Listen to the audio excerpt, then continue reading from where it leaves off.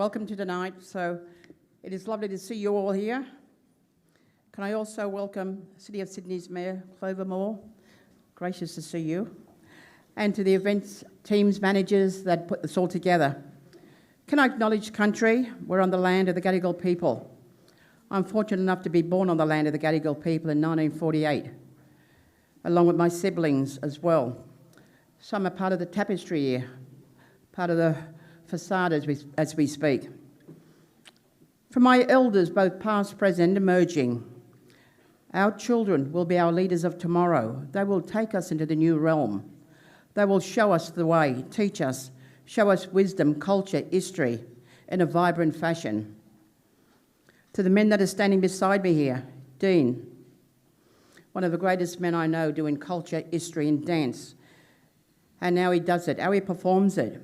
Kevin, beautiful. Richie and Matt. Our men are our warriors, and we see these as our leaders. We the women, we are the birthers, we are the nurturers, we are the storytellers. It's our men that follow us and guide us and take us through the country. I'd also be remiss if I didn't acknowledge my mother's country, a wandering woman from the Yuin Nation, South Coast, the woman who brought me here, brought me to the world, the woman that nurtured me and gave me a voice, taught me how to give unstintedly to others, taught me to nurture as well. My dad showed me the wisdom and guided me, gave me strength. My dad, a stolen generations child, taken away in 1912 when his mother was died in childbirth, spent the first 15 years of his life in Bomaderry Children's Home. Then he spent another 15 years as a slave out in Moree at a railway siding called Gurley. Never once did he sit at the table and eat with people and put his feet under their kitchen table. His meals were put on a tin plate, slid out the door where the dog comes in. Myself followed later on in 1956 as a stolen child. Really wasn't stolen. My mum had a heart attack. We were removed in 1956, 8:30 in the morning, charged with neglect, separated, and the boys went to one home, the girl, and my sister and I went to the other homes. We enjoyed that. I enjoyed sexual abuse there as well. These things I have in my heart. I will carry to the day I die. If we all here can walk and talk together and listen and walk in harmony and humility, it says who we are as a people. We are Australians. And I said this before at the stadium, at the football. We are Australians. We need to think as Australians. We need to be guided as Australians and talk to each other as Australians. We have welcomed many, many visitors from overseas when they've come to settle in this great country of ours, what we call Australia. We can all do it together if we only put our minds, hearts and souls into it. Let's show we can do it as a people. And my people, we are the first architects. We are the first builders. We are the first storytellers, nurses, doctors. When we look at Aboriginal people and our people, First Nations people of Australia, we are the first in everything. We are older than the pyramids, Great Wall of China, the Parthenon, Stonehenge. We are older than all these as a people. I stand before you united, humble and giving, and I give unstintedly myself, my voice, along with my fellow men beside me, our warriors. Ladies and gentlemen, enjoy your night. Enjoy your awards that you receive. And remember who were the first architects. Thank you very much.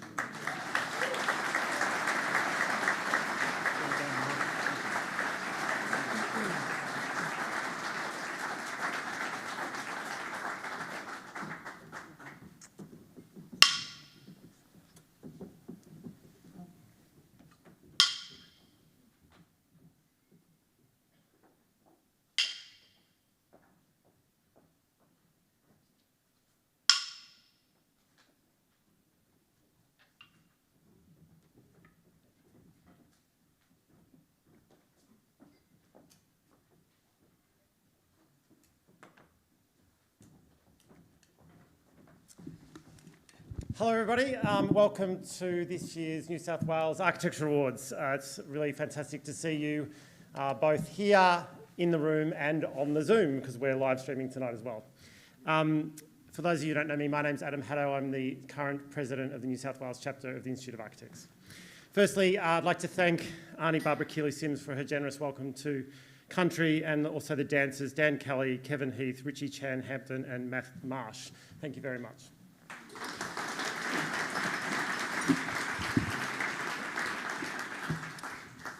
Understanding country is central to architecture, and as a profession, we embrace the opportunity to consciously engage with country to ensure that our future history better addresses and acknowledges the environmental knowledge and the social narratives of our First Nations people.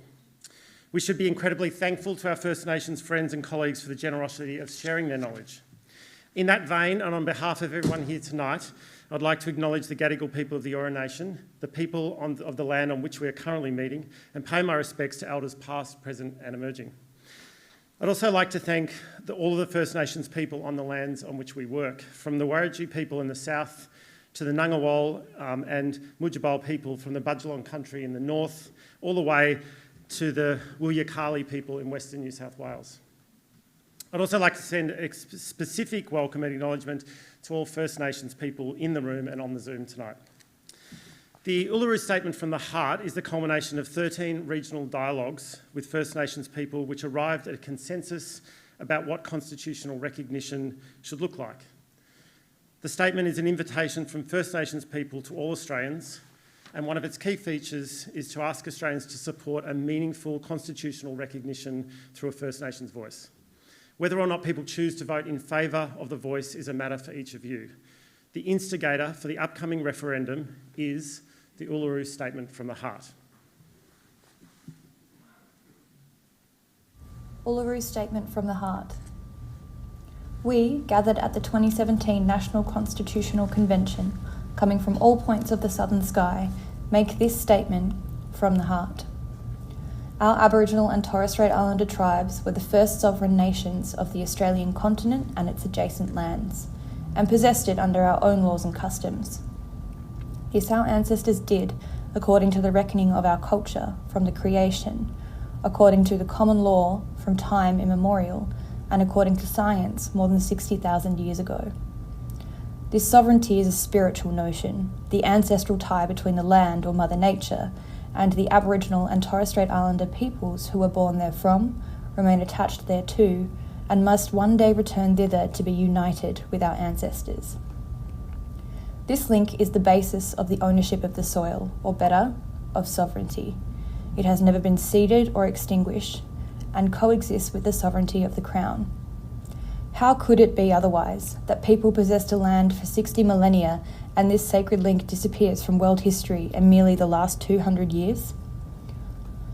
With substantive constitutional change and structural reform, we believe this ancient sovereignty can shine through as a fuller expression of Australia's nationhood. Proportionally, we are the most incarcerated people on the planet. We are not an innately criminal people. Our children are aliened from their families at unprecedented rates. This cannot be because we have no love for them.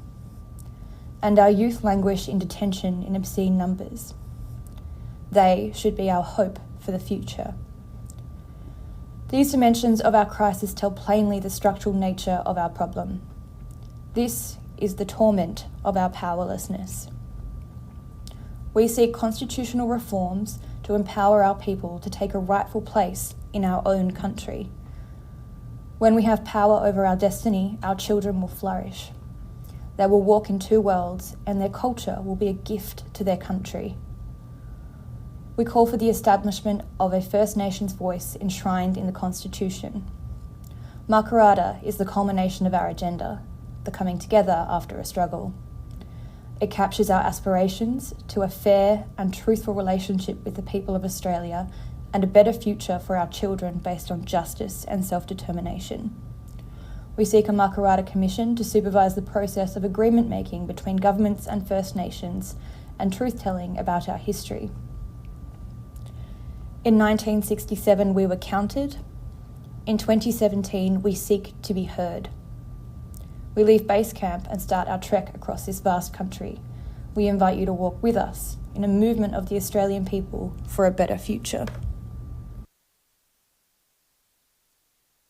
The Australian Institute of Architects unequivocally supports the Uluru Statement from the Heart.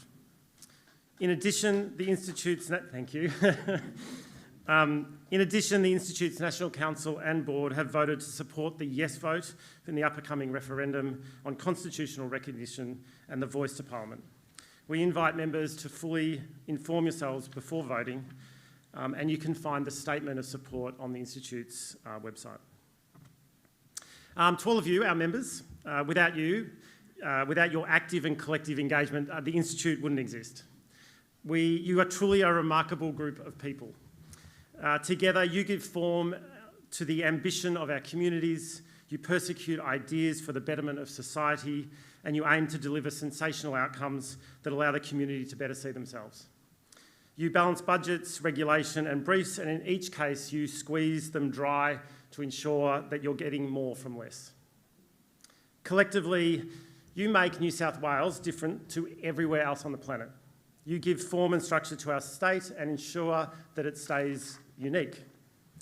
But we are at a crossroads. Homelessness and housing are in crisis. I would go as far to say that our society has developed a toxic relationship with housing. We have lost consciousness of our collective need to see housing as a human right. We've been educated to understand housing as an investment that would grow to secure our future, rather than seeing housing as a right that gives us a future. On average, we are the wealthiest country on the planet. However, dealing with changes around housing will be difficult, and it has the potential to completely rock our communities to their core. But we can do it, because if we don't do it now, when will we do it?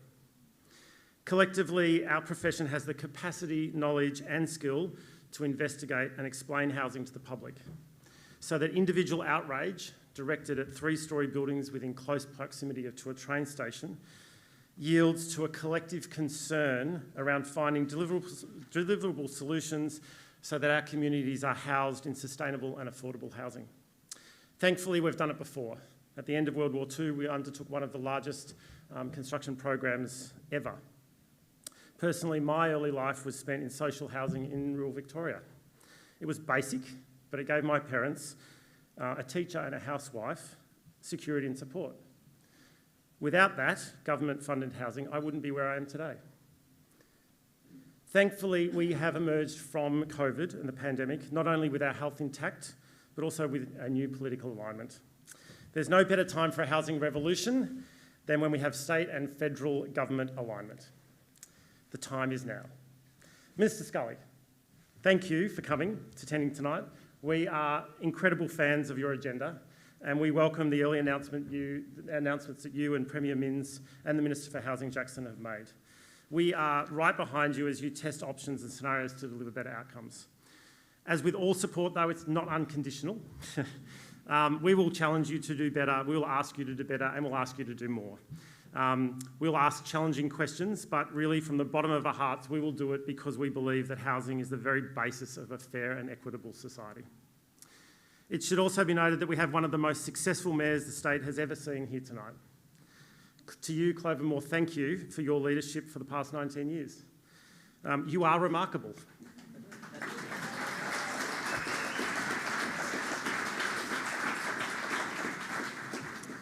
We truly appreciate the support you give the profession and through it, the positive community building you've achieved during your stewardship of this city. Thank you for coming. We look forward to as an institute, we look forward to all levels of government working together to reframe the housing discussion as one of human rights. Sustainable and affordable housing is essential to New South Wales being the place that people want to be. As an industry, we not only look forward to helping you deliver housing solutions, but doing it with beauty, delight and joy. To everyone here, thank you for your commitment and professionalism. We have remarkable talent in our profession. Truthfully, you are world leaders in your craft. I look forward to working with you as President over the next few years to deliver a considered and proactive leadership, particularly on housing and sustainability. As President, and on behalf of the entire membership, I'd like to thank all of the Institute staff for making tonight possible. In particular, Peter Fry, thank you.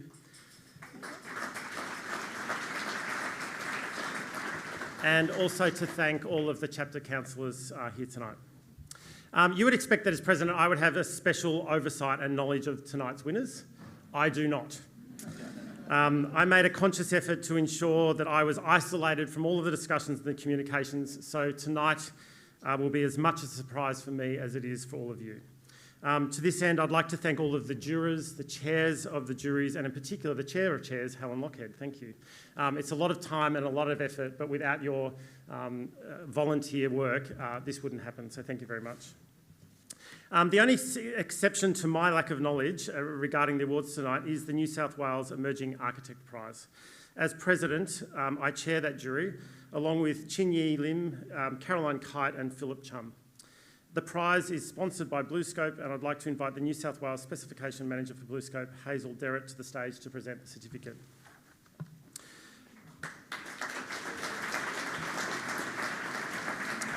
The EmAGN Architect Prize recognises an outstanding contribution to architectural practice, education, design excellence and community involvement, advancing the profession's role within the public arena. As a jury, we had an incredibly difficult time determining this award. It's the best of the best. Each of the nominees is making an incredible contribution to our profession and the community across gender leadership, materials research, built practice excellence and advocacy.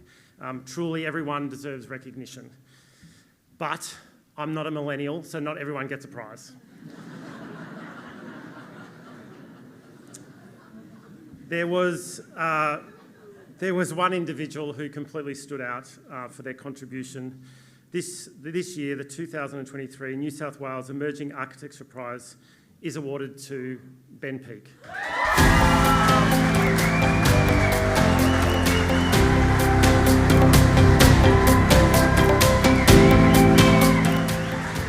Ben Peake is awarded the 2023 New South Wales Australian Institute of Architects EmAGN Architect Prize in recognition of his extensive leadership and demonstration of the role of architects as agents of social and cultural change.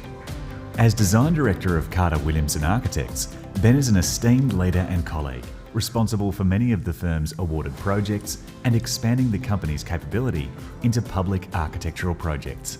Congratulations, Ben Peake.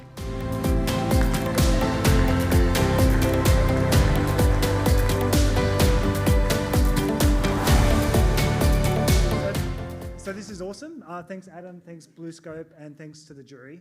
I'd like to also congratulate all the other shortlisted people, architects in this category. I think it was really great that the Institute published the shortlist this year, just to show the breadth of the profession, but also to head towards a more diverse and representative profession of the communities we serve. I really love my career in architecture, but obviously it needs a lot of support. So thanks to my partner Matt, who's been there from the very start. My friend and colleague Julie, who's been a great collaborator from all the projects I've worked on. Amira in our office, who sort of helped run the Save Our Series campaign out of Carter Williamson. And of course, Sean. Sean couldn't be here today, but he's viewing from Oslo. I'd just like to thank him for his leadership, support and encouragement. Thank you.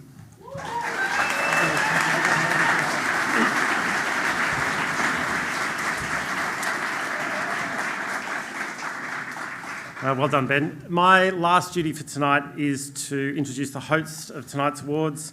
For the past 14 years, Peter Colquhoun has been a resident architect on Better Homes and Gardens. His extensive TV credits come across a variety of TV genres, from lifestyle and reality, and he was also commentary, I think, Sydney, Athens and Beijing Olympic Games broadcasts. That's pretty amazing. In more recent years, Peter's also an architect, and he was part of the team working with DBJ, which won the National Architecture Prize for the North Bondi Surf Club. He's published books on Australian architecture, and in particular Sandcastles, which is based on a television show that he organised or came up with the idea, and he hosted and did that. So it gives me great pleasure to introduce our host there, and put your hands together for Peter.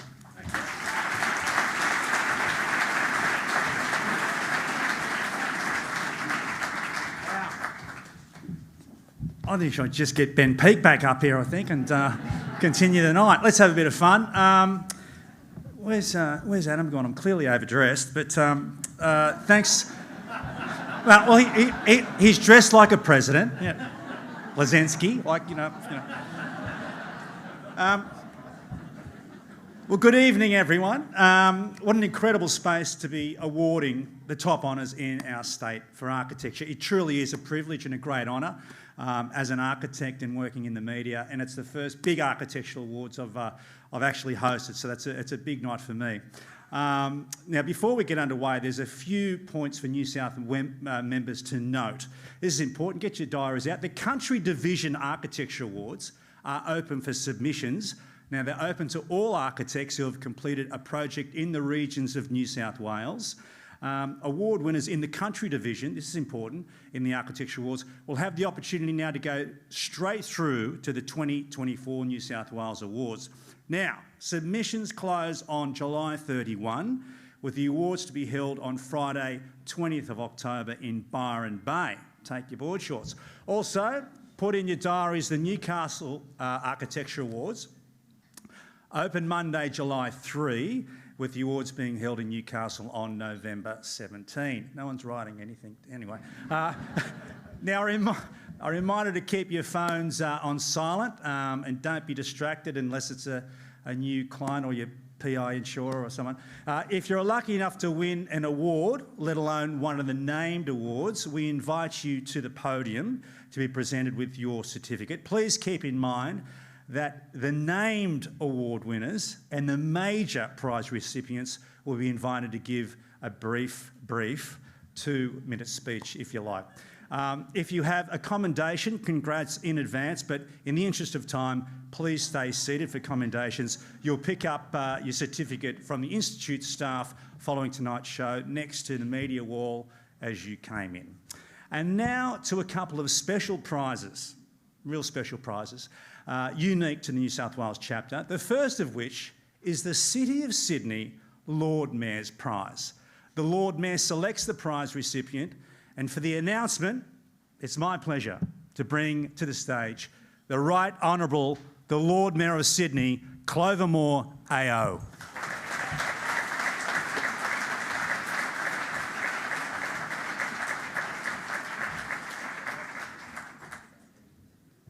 Thank you, Peter, and hello, everyone. And it is indeed wonderful to be in this building tonight. And what a moving welcome to country we had.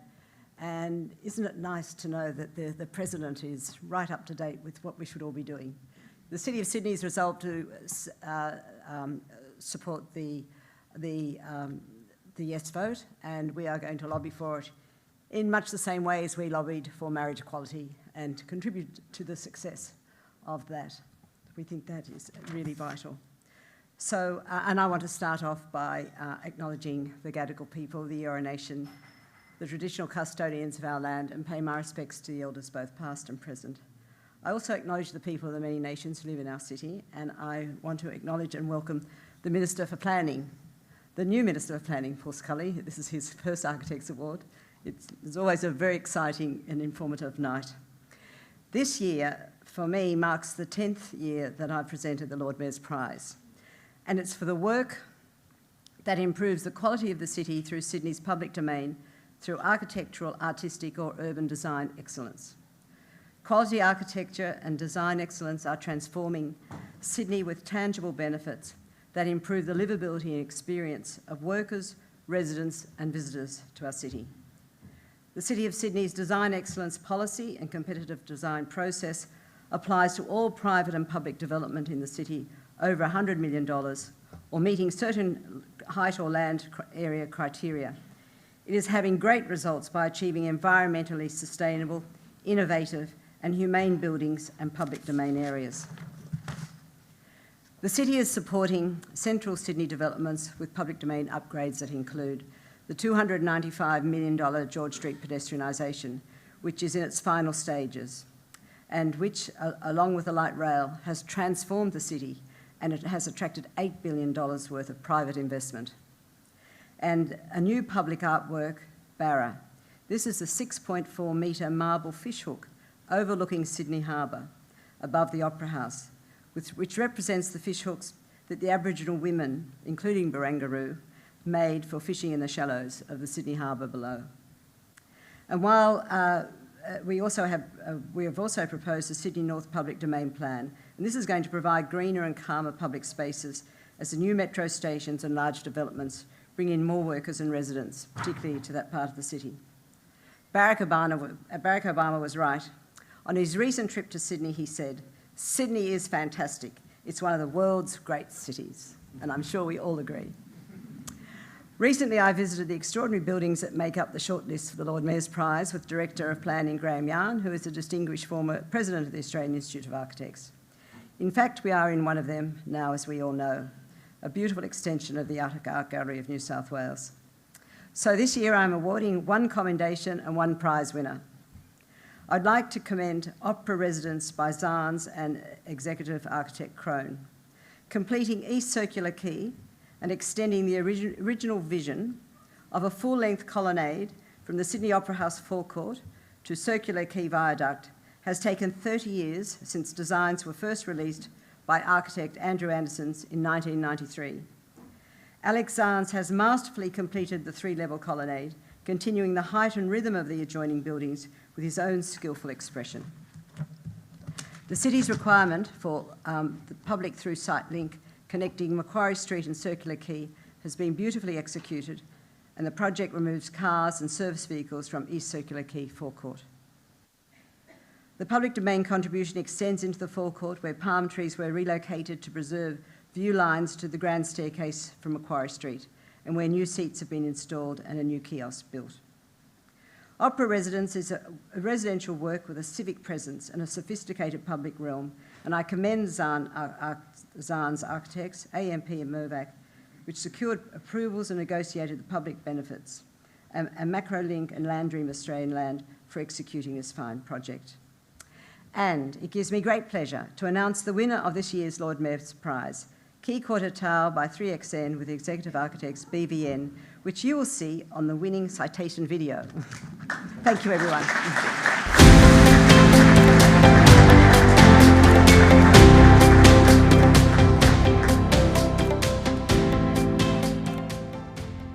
An exceptional work of architecture acknowledged around the world for its innovation and design excellence. The public domain interface makes a significant urban design contribution. The sculpted podium integrates with the surrounding streets cleverly to ensure a high degree of activation and engagement between inside and outside. Congratulations 3XN with Executive Architect BVN.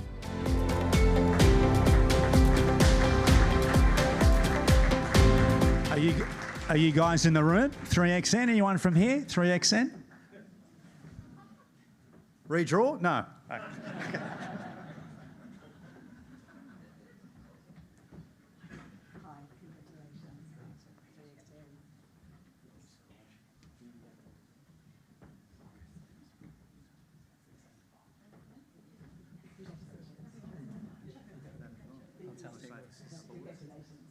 This is pretty heavy.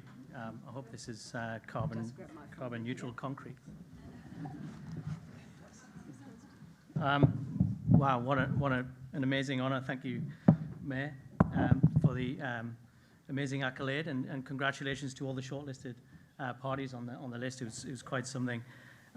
This has been described as a once-in-a-generation project by everybody who's worked on it. And I think, actually, when you look back at a project like this, which is more than 10 years in the making, it certainly feels like a once-in-a-generation project.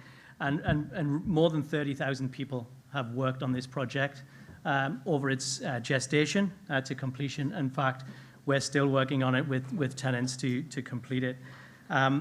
The City of Sydney were a key collaborator in the project from the early stages, and working through that with the wider precinct, Adam and the team, and Sean on the wider master plan.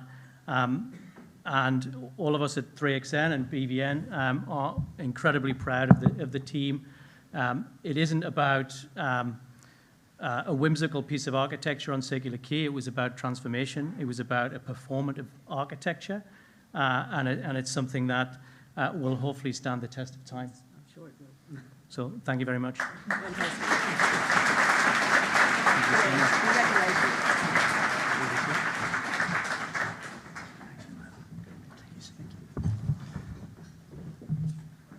Well, about one more round of applause for Mayor Clover Moore, AO. Thanks. And congratulations to 3XN for their prize, Executive Architects BVN, and thanks again to the Lord Mayor. Now, the next announcement is the New South Wales Premier's Prize. This prize is awarded by the New South Wales Premier, the Honourable Chris Minns, from a shortlist of projects selected by the New South Wales Government Architects. And to make the winning announcement, could you please welcome to the stage the Honourable Paul Scully MP, Minister for Planning and Public Spaces.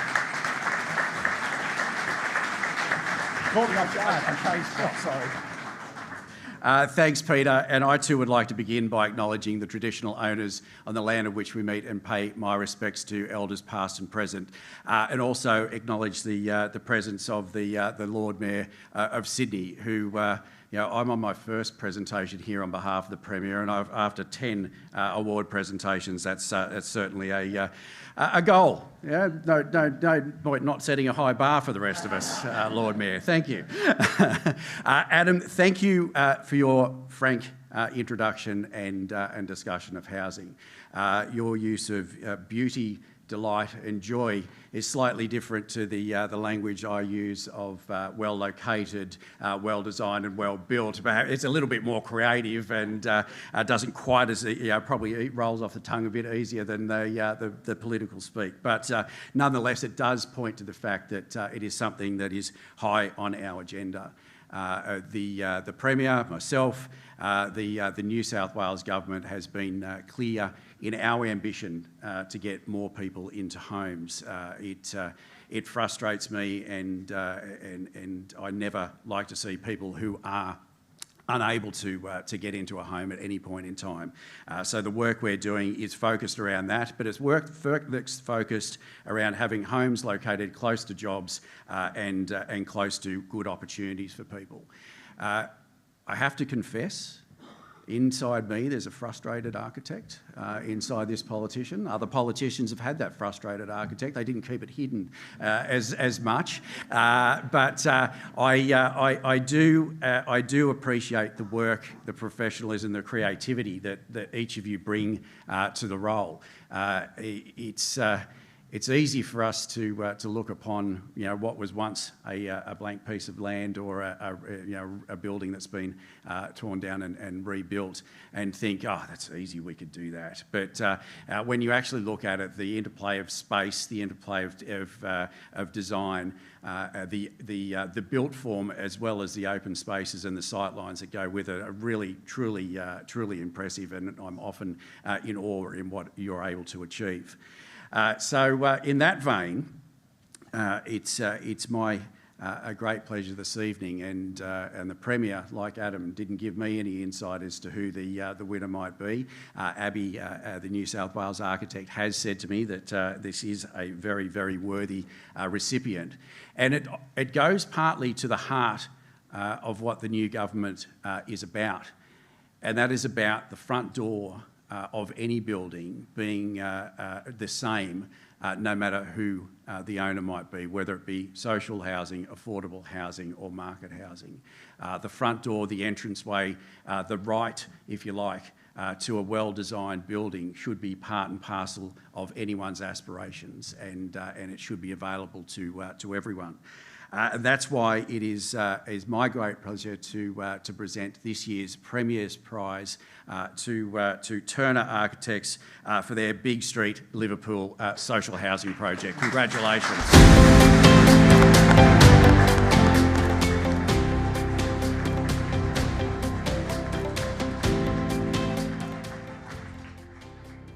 This New South Wales Land and Housing Corporation LAHC commissioned project provides much needed social housing in Sydney's southwest. Big Street demonstrates a high quality and thoughtful approach to delivering cost-effective housing and shows that meeting the needs of our community is not dependent on sacrificing the architectural quality enjoyed by the residents and the community.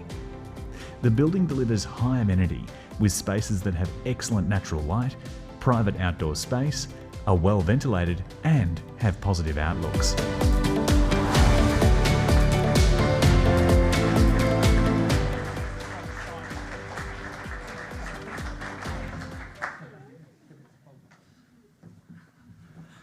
Well, thank you. It's an honour to be up here. We were really passionate about this project. We're very thankful for working with LAC and with Hutchison from the day one, really, to try and show how social housing could be provided in sort of anywhere. One of the nicest things has been to meet some of the people in the social housing. We recently met some of the residents who we asked where they lived before, and they were homeless, and this was an apartment that they could now live in and were really enjoying. So it's wonderful to work on that, and so thank you very much.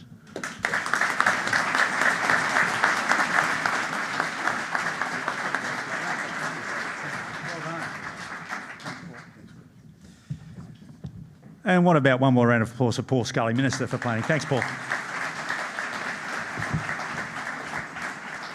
Okay, are we ready to hand out some awards? Okay, moving on to the main awards, where the juries can bestow 3 types of recognition. Let's go through them. Commendations, which are recognitions of excellence. Secondly, the awards, which are given to projects that are exceptional in design and execution. And of course, the named awards, which are the highest honour you can receive in each category. Now, each of the 13 main award categories have been assessed by a jury of peers whose names will appear. They're trying to exit. No, the juries are here, and their names will appear on screen throughout the night, and their work has been overseen by the New South Wales Chair of Juries, Helen Lochhead. And to give us a sense of what's involved in the 2023 deliberations, it's my pleasure to invite Helen to the stage to tell us a little bit more.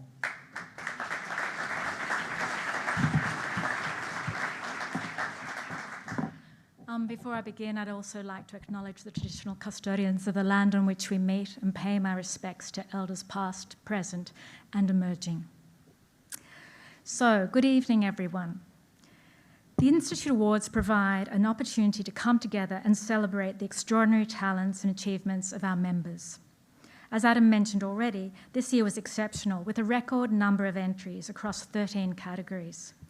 The number and range of excellent projects presented the juries with the challenging task of shortlisting, as projects varied, as you would expect, in complexity, budget, scale and context. But overall, 75% were shortlisted, which just goes to show the quality of the projects in this year's awards program.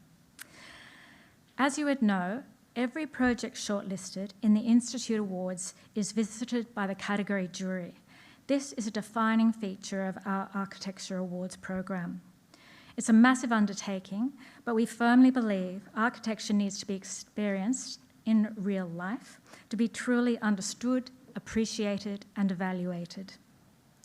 The juries visited projects across the length and breadth of the state, and for the first time, projects in the COLORBOND Award for Steel in Architecture and the EmAGN project category were also visited, a reflection that the program is constantly evolving to ensure excellence and equity across the board. Understandably, difficult choices were made by each jury to award the best in what was an outstanding field. And the jury chairs also met separately to deliberate and collectively decide the highest award in recognition, the New South Wales Architecture Medallion, chosen from all the named awards in each category. The chairs also discussed the Blacket Prize, contenders for significant regional project with the Regional Committee, and the COLORBOND Award for Steel in Architecture with Hazel Derrett from BlueScope. This proved very worthwhile all round. So, it's a long and complex process, but it was also another year for firsts in the sustainability arena. This year, the requirement of the completed sustainability checklist was required in all entries, for all entries, not just the sustainability category. And I would say that this is a most important step in raising awareness and expectations of what well-designed buildings should encompass. Sustainability should be a cost of entry, not something which is exceptional. So it was great to see the commitment to conserve resources and minimise waste in so many projects, with more than half of the shortlisted projects involving the adaptation of existing buildings. Unsurprisingly, this year the most awarded category was heritage, where the creative adaptation skills of architects were evident across a range of building types. I was totally inspired by so many buildings being ably reimagined and integrated in new projects, not only reducing the project's carbon footprint, but breathing new life into these buildings. Wins all round. Impressive too were the cultural projects in this year's awards list. We're standing in one now.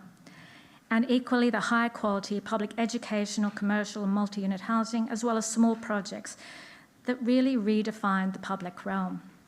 With these projects, it is essential to acknowledge the role of their clients in championing not only design quality, sustainability, livability, but public amenity, something for everyone.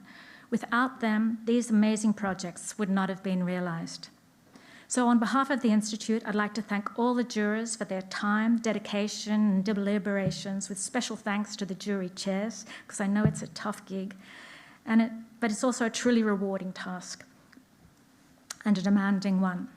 And I'd also like to reiterate Adam's thank you to Peter Fry and the Institute team for their calm, can-do attitude and meticulous management of a complex and sometimes fraught process. Finally, a big thank you to all of the architects who have submitted projects, and congratulations to all the winners. Every project provides compelling evidence of the power of good design to enhance our lives and the world around us. So thank you, everyone, and I'll just hand over to Peter again.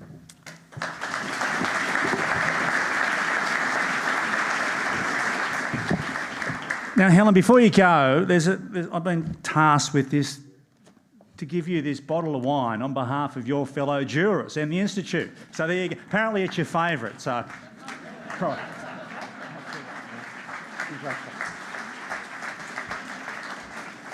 Okay, let's get underway with the first category, the COLORBOND Award for Steel Architecture, supported by BlueScope. It's my pleasure to welcome back to the stage Hazel Zerrett from BlueScope to hand over the winning certificate. While she's making her way to the front, let's take a look at the nominees for the COLORBOND Award.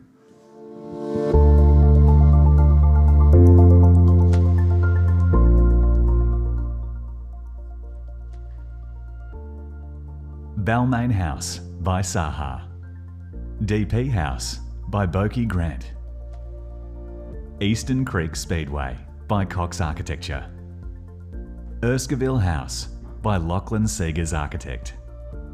Fisherman's House by Studio Prineus. Modus Operandi Brewery by Prevalent. PCYC Wagga Wagga by AJC.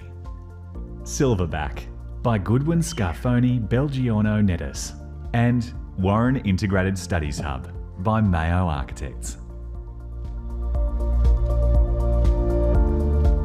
Okay, the team at BlueScope would like to give a commendation to PCYC Wagga Wagga by AJC. And the 2023 COLORBOND Award for Steel Architecture goes to Warren Integrated Studies Hub by Mayo Architects. Congratulations. Please join us on stage.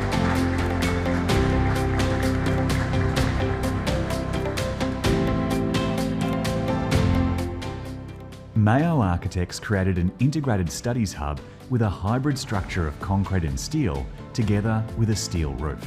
The visually pleasing circular arc roof allows for ease of form, flow of movement and visual connectivity, supported with extensive glazing between all teaching spaces. The space allows for excellent supervision, abundant natural light and ventilation, which encourages student inquiry and engagement. Congratulations, Mayo Architects.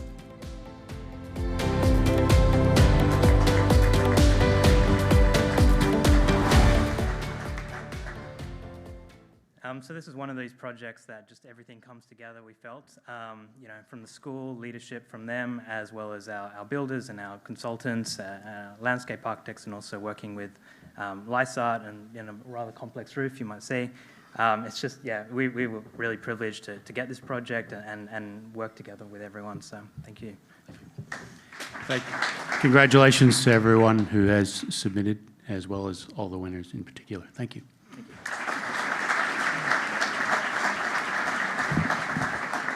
Careful getting in those stairs. Good.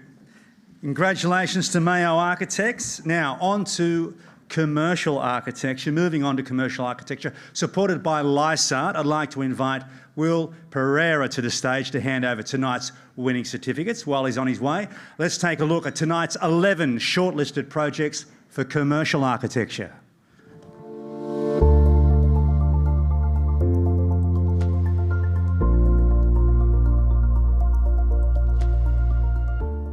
A by Adina Sydney by JPW.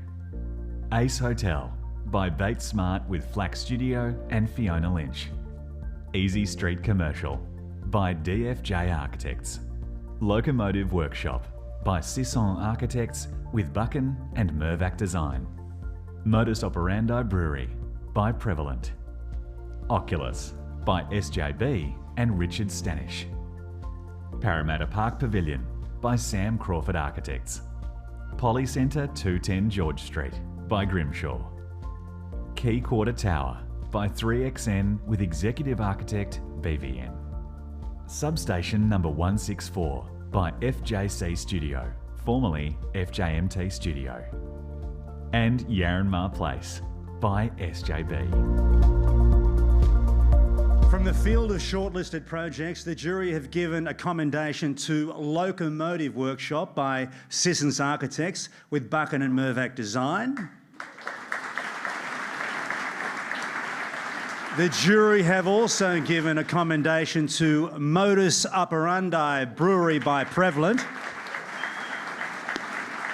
Congratulations to both our commendation winners in the commercial category, Sissons Architects with Buchan and Mervac Design, and congrats also to Prevalent on their commendation. However, the commercial category have attracted 4 awards, and we'd like to invite each to the stage. The first award goes to Easy Street Commercial by DFJ Architects.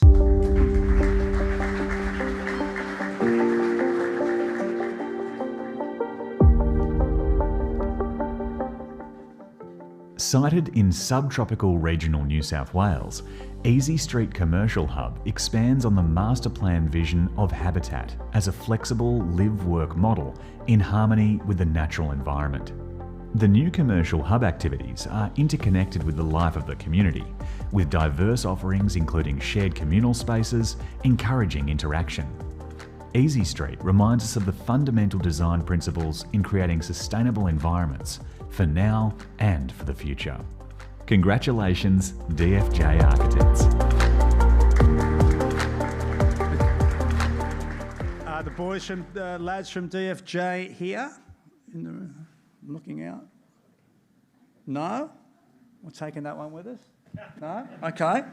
Okay, let's go on to the second award winner for commercial architecture, and that goes to Key Quarter Tower by 3XN with Executive Architect BVN. Come forward, guys, if you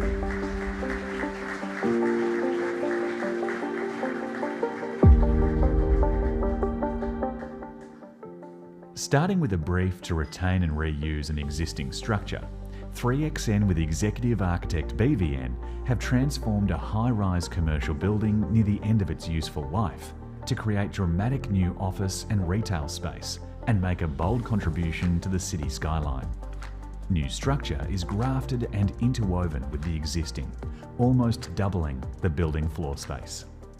Congratulations 3XN with Executive Architect BVN.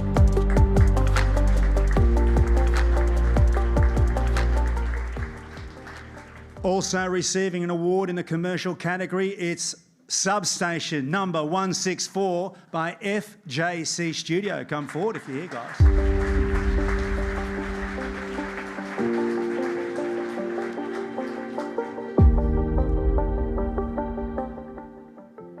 Substation number 164 is a transformational adaptive reuse project in a dense city context. A pair of neglected industrial buildings have been sensitively refurbished, presenting the grand volume of a former machine hall while adding a contemporary commercial tower. A bold approach to regeneration makes this an exceptional development delivering office space with high sustainability credentials. Congratulations, FJC Studio. Round of applause at FJC. Thanks, guys. The fourth award in commercial architecture goes to Urinema Place by SJB. Come forward.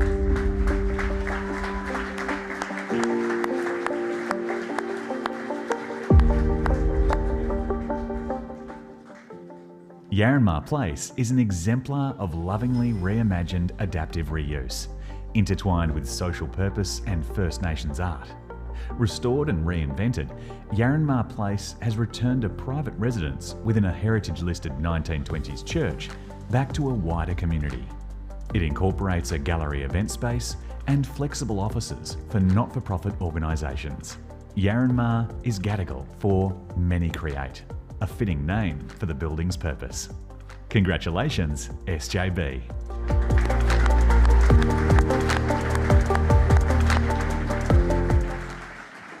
Congratulations to all of tonight's award winners in commercial category. However, the highest honour in this category, the Sir Arthur G. Stevenson Award for Commercial Architecture, goes to Polly Centre, 210 George Street by Grimshaw. Please come forward and say a few words.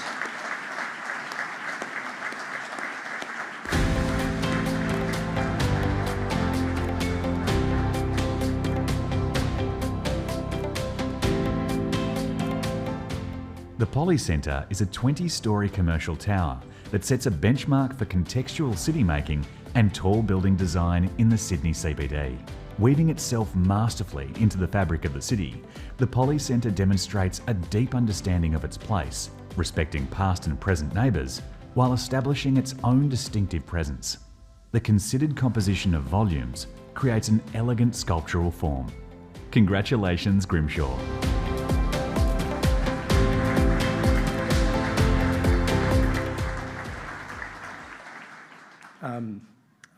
I need to, often these projects have a long history in their formation. This project arose from a design excellence competition and where Helen was on that jury. So it's absolutely delightful to be receiving this award from Helen, who was there from the beginning. And a special thing about this project, it was the first project that our client, Polly, which is a Chinese client, government client, in their commitment to contribute to the city. So a very innovative program that came together with the support of our client, Polly, with the design jury, sponsored by the city with their great advocacy for how our architecture must enliven our streets and privilege the public realm and the activation of it as our priority. So this building turned itself to the street and its public and civic duty to capture the memory of many architectures which have been part of the formation of George Street. So it's really delightful to receive this award, and I obviously thank our team who've been there from the very beginning, Tiffany and Wayne and many others who've been part of that. So thank you very much.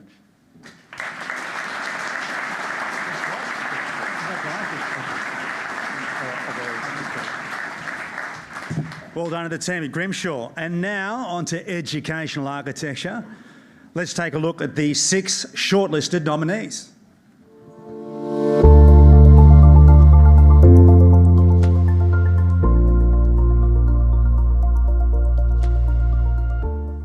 Cranbrook School, Hordern Oval Precinct redevelopment by Architectus. Schools at Meadowbank Education and Employment Precinct, SMEEP, by Woods Bagot. St Joseph's College Aquatic and Fitness Centre by TKD Architects. TAFE New South Wales Meadowbank Multi-Trades Hub Institute of Applied Technology Digital by Gray Pucksand. The Village Preschool by Carter Williamson. UTS Central by FJC Studio, formerly FJMT Studio, and DJRD with Lacoste and Stevenson, originally Broadway Podium Design. Okay. There you go. From the field of shortlisted projects, the jury have given a commendation to the Village Preschool by Carter Williamson. Congratulations to Carter Williamson on their commendation. The jury have awarded one award tonight for educational architecture, and that award goes to UTS Central by FJC Studio and DJRD with Lacoste Stevenson, the original Broadway Podium Design. Please come forward, guys.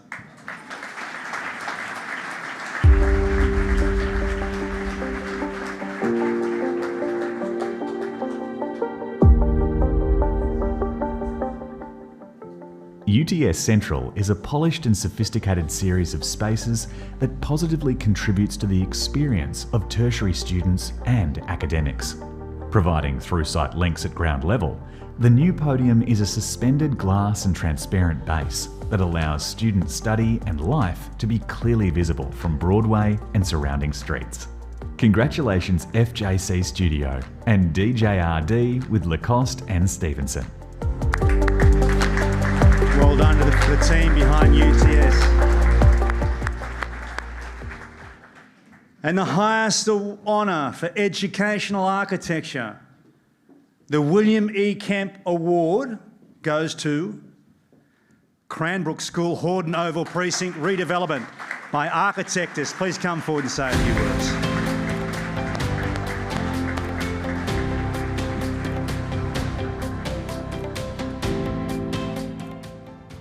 Nestled into its historic context, the redevelopment is an exemplar response to both place and brief.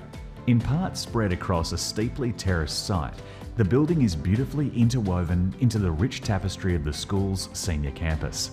Partially below ground, but bathed in natural light, the considered location of the Murray Rose Aquatic and Fitness Centre at the base of the site encourages use of the facility by both students and the wider community alike. Congratulations, Architectus.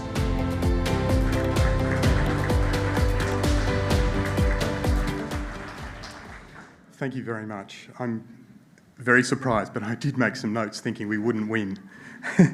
I would like to thank firstly the awards panel. I know what an effort it is to go around and see all those projects, and it was delightful actually to speak with them during our visit, which I think went for about 2 hours. And I came away feeling that we had told a good story and that it had been well listened to, so thank you to the jury. I'd also like to thank our inspired clients at Cranbrook School. It was my pleasure to represent Architectus, and on behalf of Charlie Viney and the team who worked so hard across what was actually 2 projects and 5 years, we're just so delighted with this award. Thank you so much.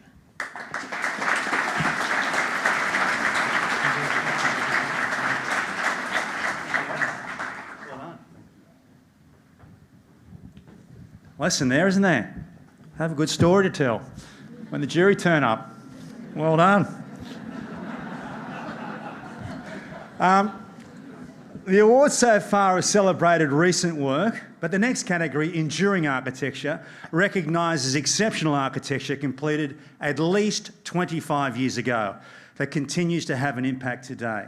Now, Laura Cockburn chaired this jury, and she was joined by Reg Lark, Russell Olsen and Leonie Lorimer. Let's take a look at tonight's 3 shortlisted nominees.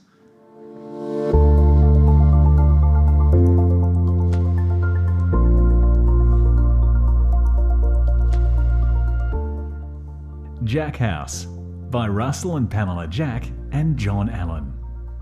Mally House by Andrei Perebsky, Perebsky Architects.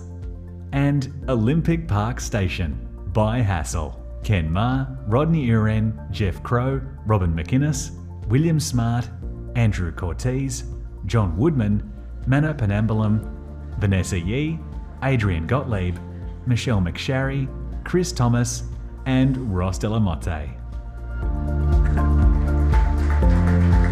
Amazing architectural blast from the past.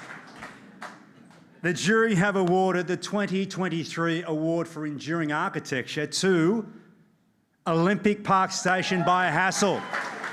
Let's go through the names now. Come forward, guys. Sydney Olympic Park Station is an enduring illustration of public architecture having a symbolic, functional and generative role in its urban context. Initially the arrival place to the Sydney Olympic Games, the station has become pivotal to the diverse uses and urban character of Sydney Olympic Park. Congratulations Hassel, Ken Ma, Rodney Uren, Jeff Crow, Robin McInnes, William Smart, Andrew Cortese, John Woodman, Mano Penembulum, Vanessa Yee, Adrian Gottlieb, Michelle McSharry, Chris Thomas and Ross de la Motte. Can you just go through the... Well, we're absolutely honoured. I guess the notion of architecture as enduring is fundamental to us all, and so it's just such a pleasure to be able to accept this award for a project that we're very proud of, and a project that I think did change a little bit about public transport in New South Wales. We've been doing many other projects successfully, and as have many others, but we know that architecture is not just about function. Architecture is about experience and delight, as well as sustainability, and I think, and endurance. So we're very, very delighted. You've heard the roll call, but I do want to mention two people who are no longer with us. One who was mentioned is Rodney Uren for his extraordinary contribution to the design, and another, Bob Leese, who was Deputy Director General of OCA, who was our client and was so passionate and drove the project, supported us every time there was a glitch or something that challenged us. He was so helpful. So this is a legacy to them as well. Everything was right with this project. We had a great client, great team, great opportunity. It started us actually in our whole work in the future in public transport's sector. So thank you very much. We're delighted.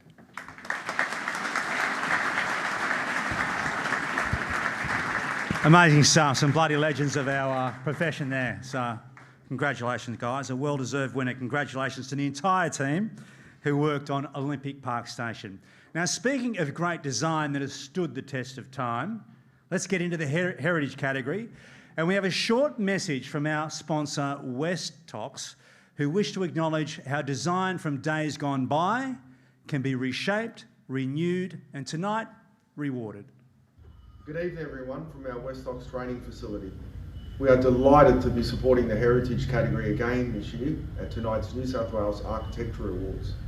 On behalf of Westox Building Products, we'd like to wish everyone nominated in this category the very best of luck. Now let's take a look at the nominees.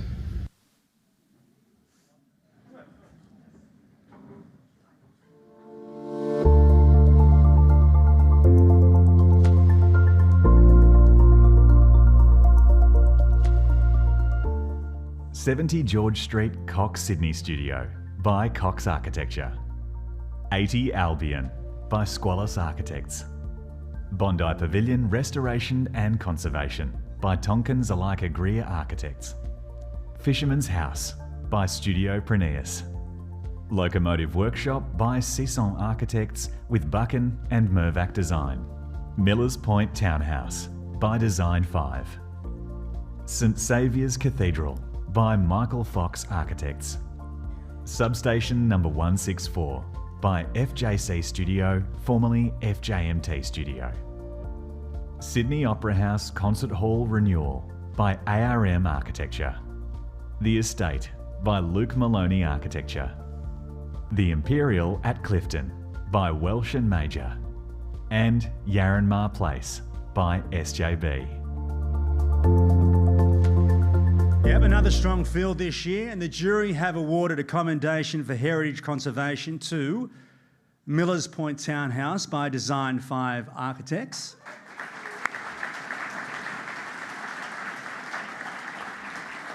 Another commendation for heritage creative adaptation also goes to 80 Albion by Squillaci Architects.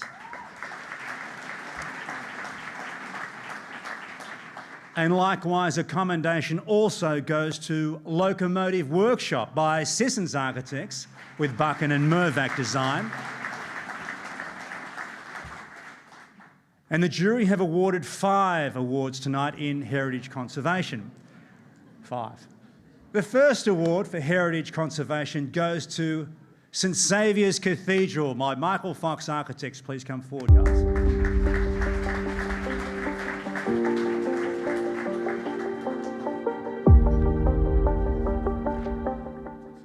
St Saviour's Cathedral, Goulburn by Michael Fox Architects.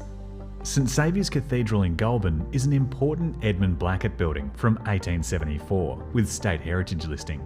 The seemingly modest work belies the complexity, restraint, important stewardship and leadership demonstrated by the community and their architect. The project exemplifies the ongoing commitment required to protect and conserve important heritage items. Congratulations, Michael Fox Architects. Did they come up? Did I miss them? Here they come.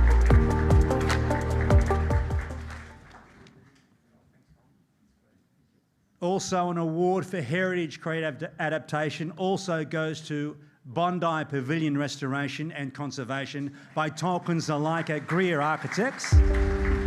Please come forward.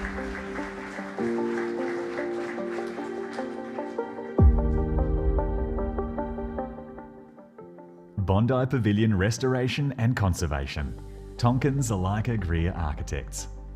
The Bondi Pavilion, an iconic landmark since 1929. The restoration project set an ambitious goal to re-establish the visual and physical connection through the pavilion from Campbell Parade to the beach.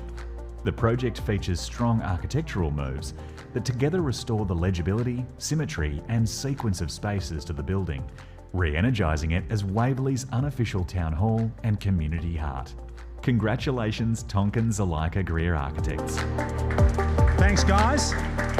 And a further recipient. I'm at the Bondi Pavilion all the time. It's an amazing project. Needed a lot of love, that place. A further recipient of an award in Heritage Creative Adaptation goes to Substation number 164 by FJC Studio. Please come forward.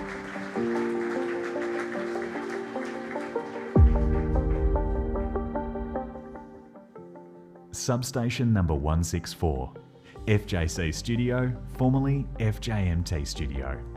Substation number 164 is a uniquely inventive project representing a conceptually innovative adaptive reuse response for commercial projects in inner city urban settings. This beautifully crafted project respects the heritage fabric whilst offering a contemporary counterpoint in the form of the delightfully 21st century office building hovering above. Congratulations, FJC Studio. Well done, guys. Our 4th recipient for an award in this category for Heritage Creative Adaptation goes to The Estate by Luke Maloney Architecture.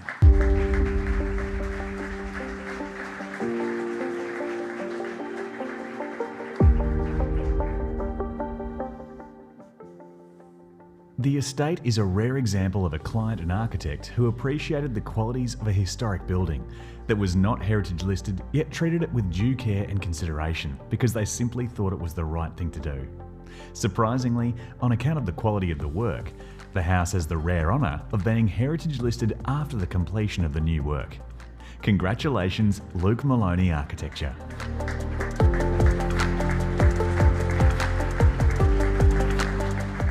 Well done, Luke.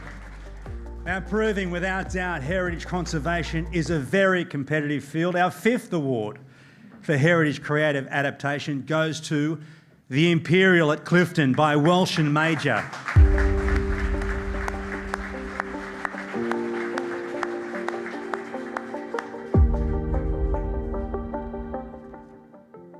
The Imperial at Clifton, Welsh and Major Architects.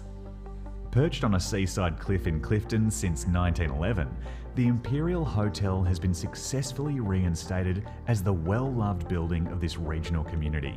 The new work is handled playfully, retaining legibility of the original hotel while making strong and direct interventions. This has allowed the hotel to retain its landmark qualities as an important and active element within the local community.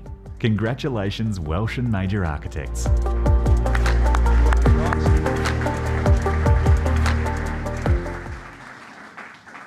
And now to the highest honour in this category, the Greenway Award for Heritage.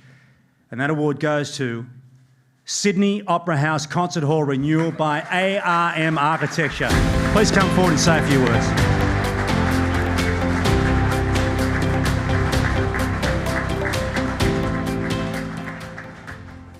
Performing delicate surgery to a much-loved World Heritage listed building, this renewal project manages to not only meet but transcend all of the project challenges to achieve something truly special. The result is a renewed concert hall for the next generation, on par with the world's great halls. This is a rare example of a heritage intervention handled with masterful skill and creativity to make the interventions almost invisible. Congratulations, ARM Architecture.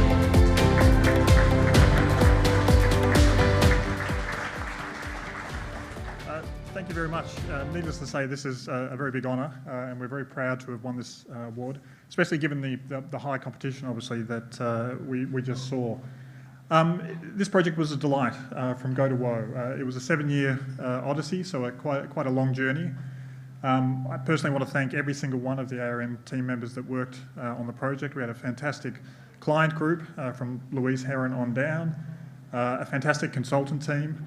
Particularly, we'll note Alan Croker, who was there. Design 5, Opera House's heritage architect. We had our battles, Alan, but we should both be very, very proud of where we all got to. I also want to thank some of our esteemed sort of eminent colleagues in this room, one of whom was on the stage just before. Working with the Opera House's design advisory panel was also a treat.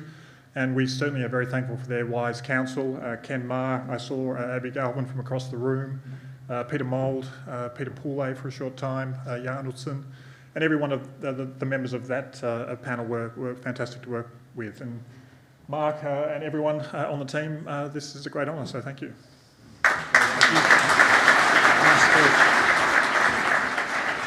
Congratulations to the team at ARM Architecture. Well done. Moving on to interior architecture, let's take a look at tonight's 19 shortlisted nominees.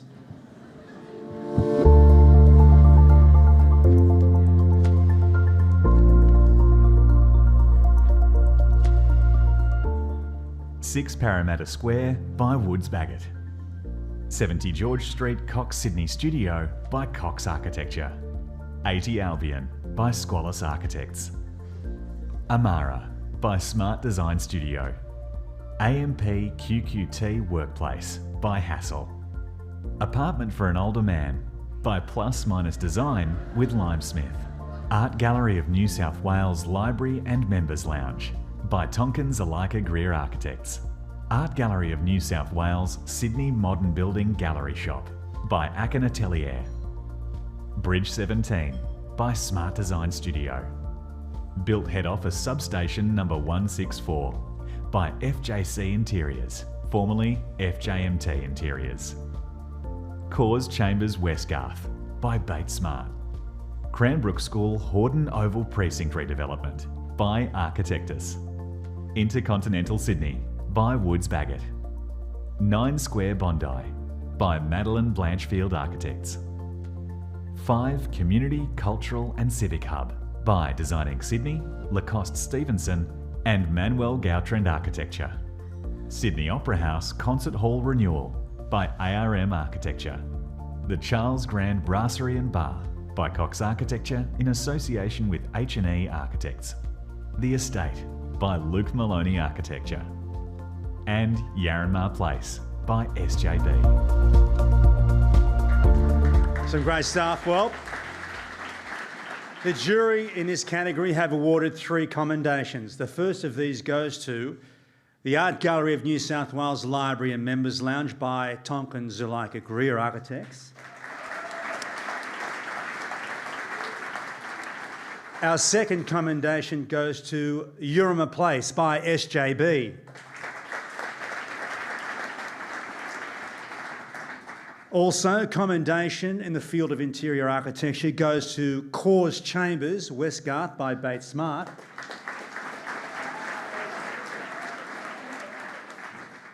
And the first of our awards, which we invite forward in this category, goes to 70 George Street, Cox Sydney Studio by Cox Architecture. Please come up.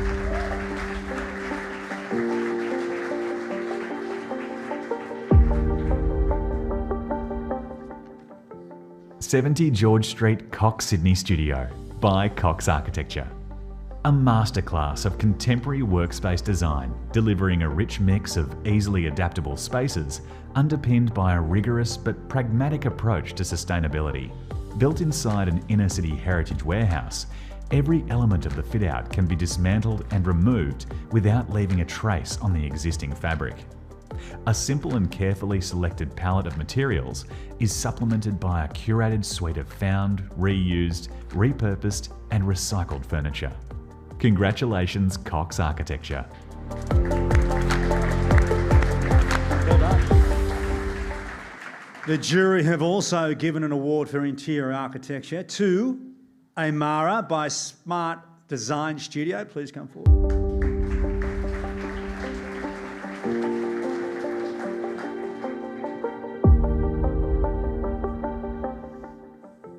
Amara by Smart Design Studio. This project demonstrates architectural finesse in its reworking of an historic house with an elegant addition at the rear.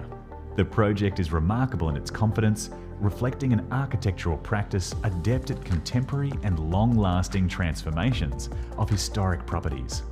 The interiors are beautifully crafted, effortlessly minimal, and they successfully combine 2 opposing parts into an entirely contemporary whole. Congratulations, Smart Design Studio. Well done, Janie.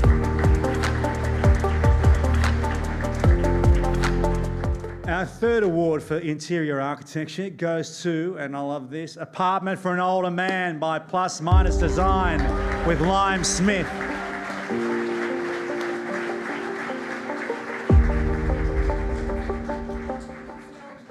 Apartment for an Older Man by Plus Minus Design with Limesmith.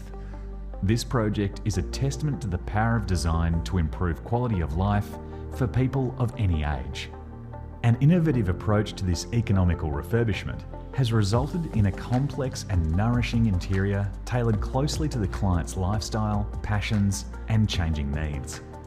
The result is a compact, visually complex, yet calm and comfortable interior, interconnecting dining, kitchen, library, living, and sunroom spaces.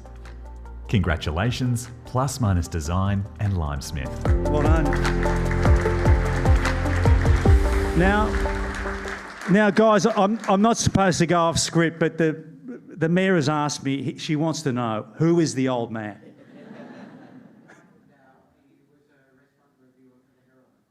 Right. Any more questions, Clive? No. Okay. Happy to relay. Okay. An award for interior architecture also goes to the Art Gallery of New South Wales Sydney Modern Building, the Gallery Shop by Atelier.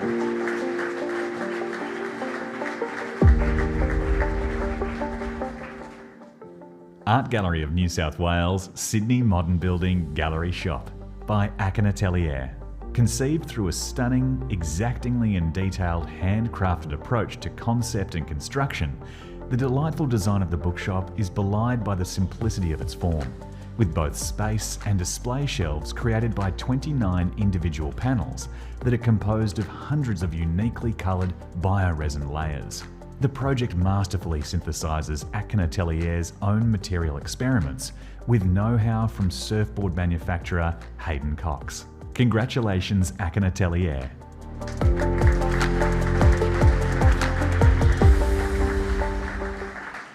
And the jury have awarded the highest honour in this category, the John Verge Award for Interior Architecture, to Sydney Opera House Concert Hall Renewal by ARM Architecture. Please come forward.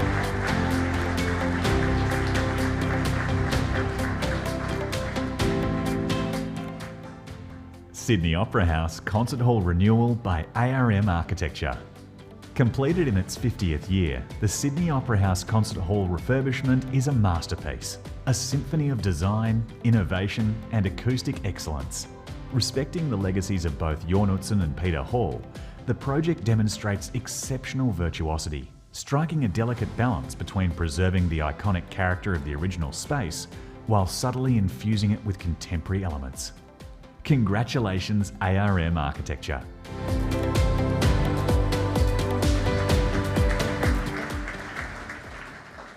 Thank you.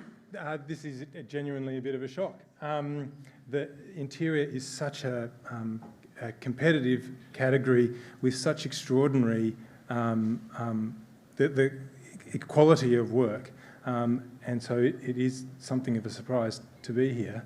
Our work is almost entirely with Peter Hall's fabric, and it is really wonderful to see that he is finally being recognised as a truly great architect of his generation and a great architect in Australian history. So it is wonderful. Thank you.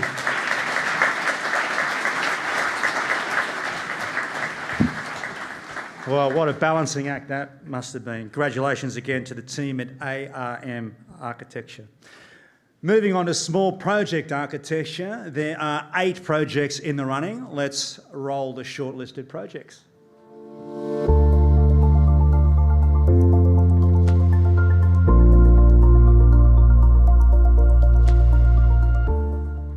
Haddow by Curious Practice. Camperdown Memorial Rest Park Amenities by Yaznimo Architects. Day 01 Gallery by Ian Moore Architects. Dimensions X Farm Stay by Peter Stutchbury Architecture. Hutch by Madeline Blanchfield Architects. Mona Vale Beach Amenities and Lifeguard Facility by Warren and Marnie. Parry Park Pavilions by Arch Rival, Custom Mad and Lucy Humphrey Studio with Lucy Simpson, Gawa Mie and Copy Nature Office. And Stealth Pavilion by Plus Minus Design. The jury have awarded a commendation to Stealth Pavilion by Plus Minus Design.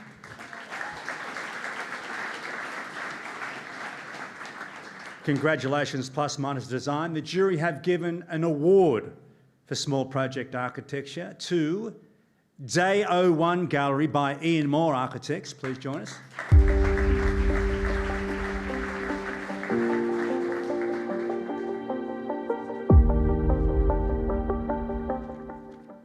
Day 01 Gallery by Ian Moore Architects.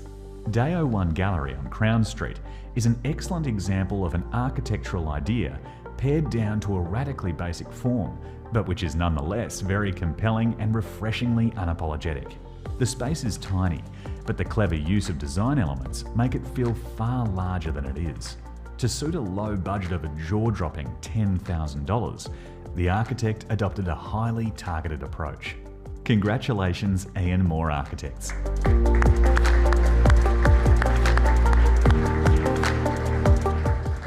And the jury have also given an award in this category to Dimensions X Farm Stay by Peter Stutchbury Architecture.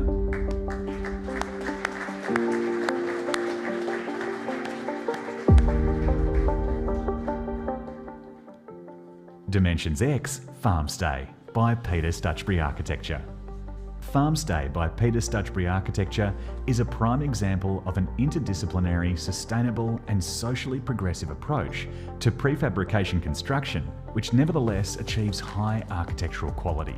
The project's design and construction process focuses on the efficient and sustainable economy of materials, happily reaching into and reworking the supply chain to suit its needs. Congratulations, Peter Stutchbury Architecture.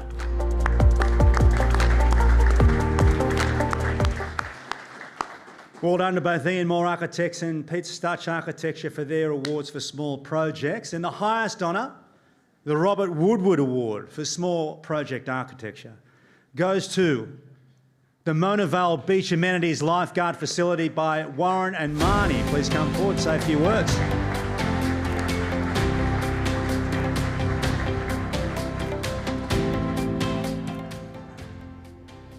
The Mona Vale Beach Amenities and Lifeguard Facility is a robust yet poetic example of small-scale public architecture. It provides essential services whilst creating a positive and social place and integrates beautifully into its natural surroundings.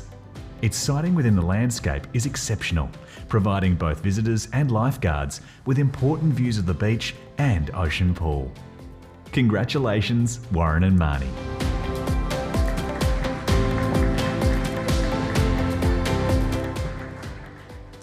Well, thanks very much for the jury, first of all, and also to Northern Beaches Council, our client. You can imagine this was a really fun project to work on, right on the beach, with the sand up and down the road, and I only live about a kilometer away as well. So a beautiful project on a very small budget that came out of the separation of some beach amenities from the clubhouse, a couple of 100 meters along the beach. And it was a fantastic joy to work on a very simple building. There's no mechanical services in it or nothing. Sometimes it's just great to work on something so small and so rewarding. So thank you very much. Well done.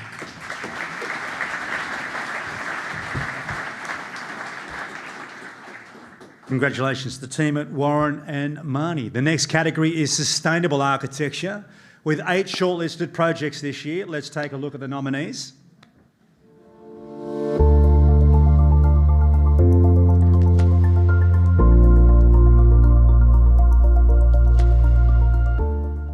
Balmain House by Saha.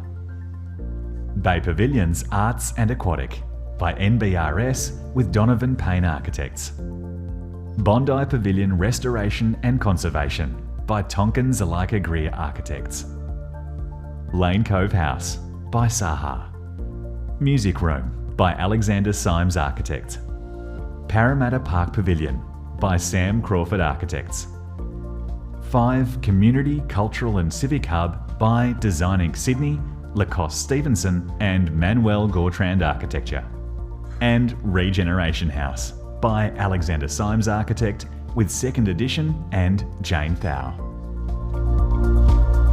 A great range of projects, sensational sustainability on the shortlist there.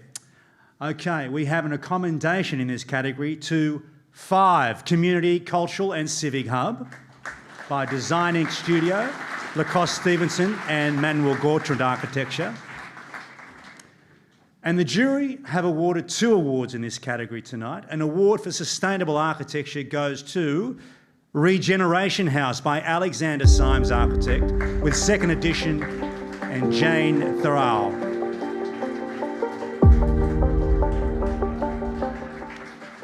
Regeneration House by Alexander Simms Architect with 2nd edition and Jane Thau.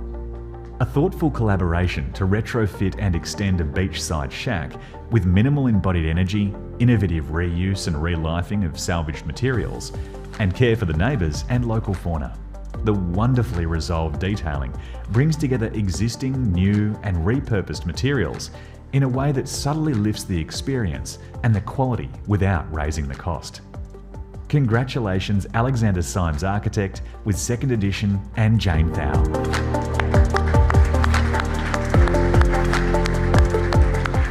Well done, Alex. The jury have also given an award in sustainable architecture to Bay Pavilions Arts Aquatic by NBRS with Donovan Payne Architects. Right here. Bay Pavilions Arts and Aquatic by NBRS with Donovan Payne Architects. Delivered with the constraints of a tight budget, the demands of a public building, and the complexity of multiple programs, the architects demonstrated commendable engagement with the community, leading to their refreshing and practical approach, including the timber-clad curving forms of the riverside site reflected throughout. An honest and hard-working result that is well positioned to enjoy an enduring and productive life within the community. Congratulations, NBRS with Donovan Payne Architects. Congratulations to both award winners tonight, and the Milo Dunphy Award for Sustainable Architecture, the highest honour that can be awarded in this category, goes to Lane Cove House by Saha. Please join us for a few words.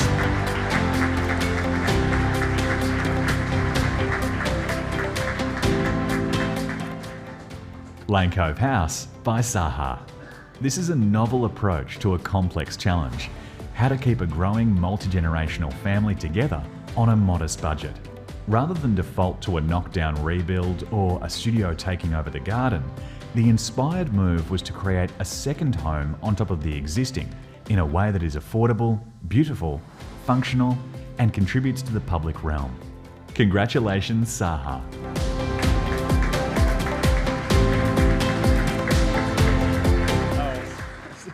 Thank you. That's obviously a real surprise for us. It's our first year attending. We wanted to say thanks to the jury for giving their time, and it was a really fun process for us to show people around the building. It's a project that we're really passionate about. Did you want to talk about the builder? Yeah, and a massive thank you, who we know are watching at home, Keith March Constructions, who are the builders for this project, who've had a 35-year career, and we were lucky. Oh, sorry, I'm really shocked. We were just really lucky and honoured to work with them, and this was actually their last project before retiring. So, a great career. Congratulations. We've got to say thanks to the clients. And yeah, thanks to the very brave clients who had a very unique brief and took on a young architect to do something a bit unusual. So thanks to Antoinette, John, Georgia, Adam, Olive, and Theron. Yeah. Thank you. Congratulations to the team at Saha with a relatively short, sustainable speech. We're now moving on to urban design. 5 projects were shortlisted in this category. Let's take a look at the nominees now.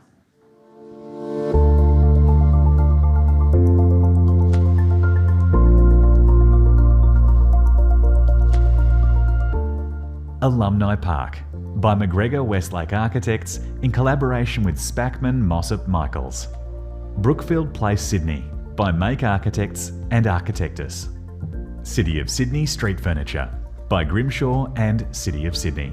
Opera Residences by Tsanis and Crone, Executive Architect. West Connects Tunnel Support Facility by Connie Bear Morrison International with Asiona Construction Australia, Samsung C&T and Bouygues Construction Australia joint venture. And the jury have awarded just 2 commendations only in this category. The first commendation goes to City of Sydney Street Furniture by Grimshaw and City of Sydney.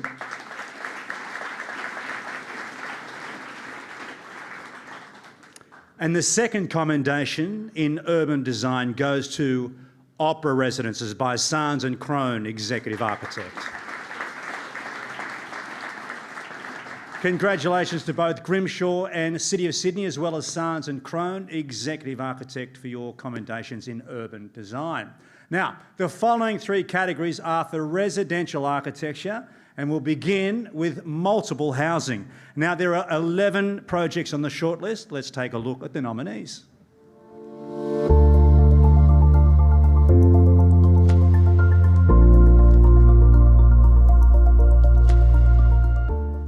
"19 Waterloo Street" by SJB.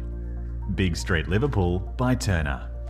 "Igloo Summer Hill" by Bates Smart. "King and Phillip Residences" by FJC Studio, formerly FJMT Studio. "Millard Place Terraces" by WMK Architecture. "Natura Macquarie Park" by Architectus. "Opera Residences" by Tsanis and Crone, Executive Architect. "The Crossing" by Croffey with Doroma Architects and Design Team. "The Foundry, The Paper Mill" by SJB. "The Greenland Centre" by BVN with Woods Bagot. And "Traces" by EmAGN Design Union. And the jury have awarded 2 commendations for multiple housing. The first 2, The Greenland Centre by BVN with Woods Bagot. And the second commendation in multiple housing goes to Traces by EmAGN Design Union. And there are 2 award announcemements in this category. The first award for residential architecture, multiple housing, goes to Big Street, Liverpool by Turner. Please come forward.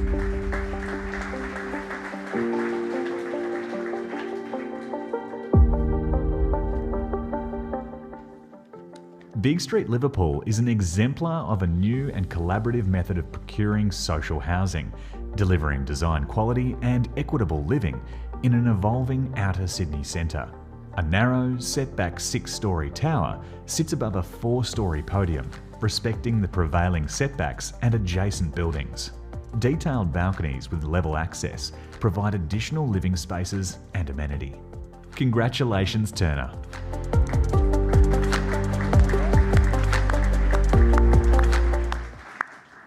And the jury have also given an award for multiple housing to The Crossing by Croffey with Jerome Architects and Design Team. Okay, please come up.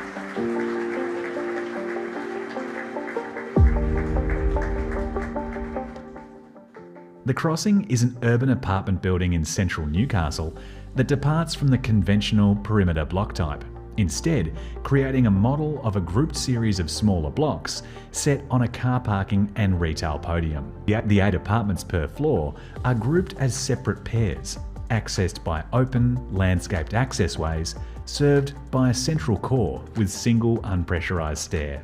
Congratulations, Croffey with Jerome Architects and Design Team.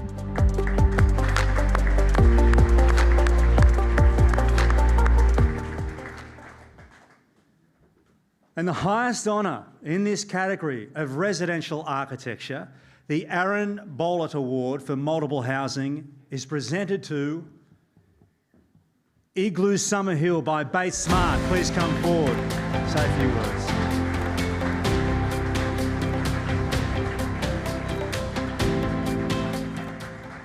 Igloo Summerhill is an elegant new courtyard building that resolves a difficult site in Summerhill, repurposing an existing heritage-listed ambulance station on Carlton Crescent. Each frontage responds well to its immediate context: a landscaped edge on the public reserve, a smart new facade against a drab shopping centre, and a spacious accessway that provides light and ventilation along a blank side wall of an adjacent building. Congratulations, Bates Smart.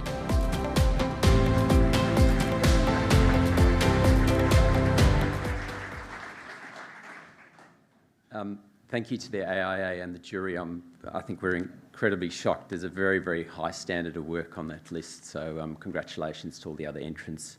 I want to start by acknowledging that this is a client we've worked for over 15 years. I think we've completed probably about that many projects in the time, and we've had the privilege of, they're a client that just give us complete trust.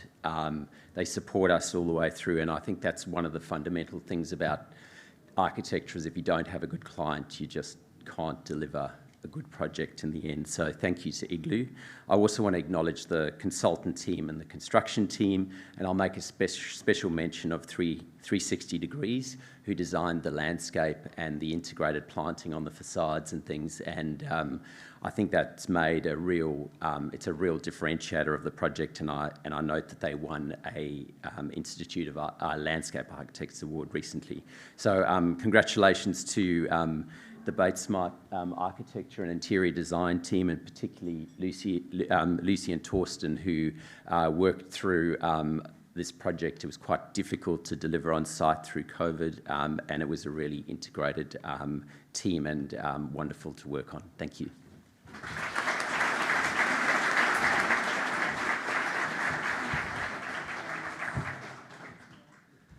Congratulations and nice work, Bates Smart. Now, next up in the residential architecture category is alterations and additions, always an exceptionally competitive field. Now, there are 15 projects on the shortlist. Let's take a look at the nominees.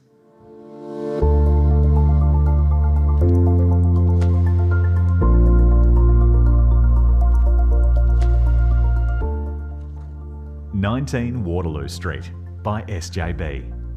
A House for Grandma by Bricar Maroney Architecture. Aya's Place by Curious Practice. Balmain House by Saha. Blue Mountains House by Anthony Gill Architects. Fisherman's House by Studio Praeneus. Horizon Apartment by Stephen Collier Architects. House for Bees by Downey North. Lane Cove House by Saha. Paperbark Bondi by Madeline Blanchfield Architects. Rosso Verdi by Carter Williamson. Somnium at Bingie by Owen Lewis Architects. Tarawella by MCK Architects. Trilogy House by Peter Stutchbury Architecture. And Turramurra Threads by Ben and Penner Architecture. Such cool names for homes, alterations and additions. The jury have awarded 4 commendations for residential architecture, alterations and additions. Commendations are awarded to Aya's Place by Curious Practice.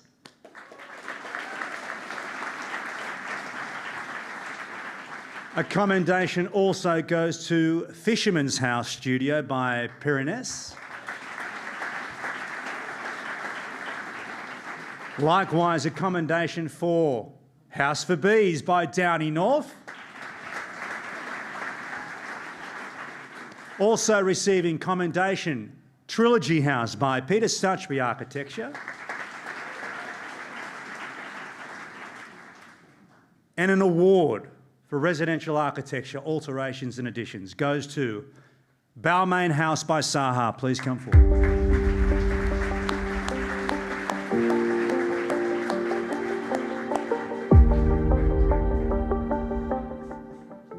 Saha's Balmain House extends an inner-city suburban home with a pavilion-like addition to the rear, connected by an axial link. Rather than a standalone object, Balmain House is an excellent example of whole-site design, which provides a feeling of immersion in a wider environment, akin to an Arcadian walled garden. Key to this is the scheme's integration of various gardens and light wells, which is skillfully handled. Congratulations, Saha.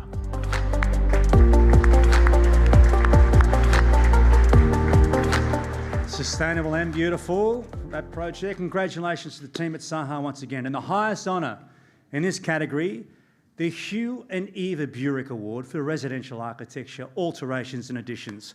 And that award goes to Lane Cove House by Saha.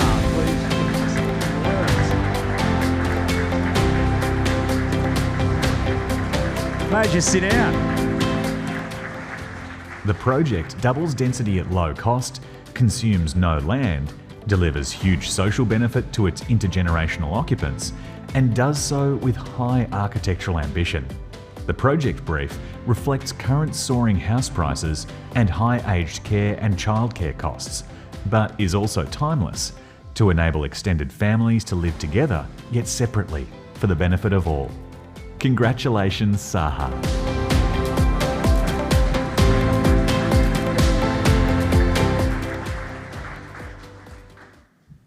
Yeah, again, the shock just keeps mounting up. So I guess I'm going to go with honoured as a different word. Still love the client, still love the builder.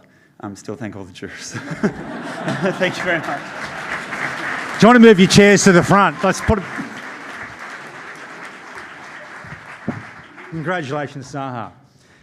Now this brings us to the final of the residential categories. The residential architecture houses new. As we know, this is a very competitive field always, and a lot of public interest. There are 13 projects on the shortlist. Let's have a look at the projects considered by the jury.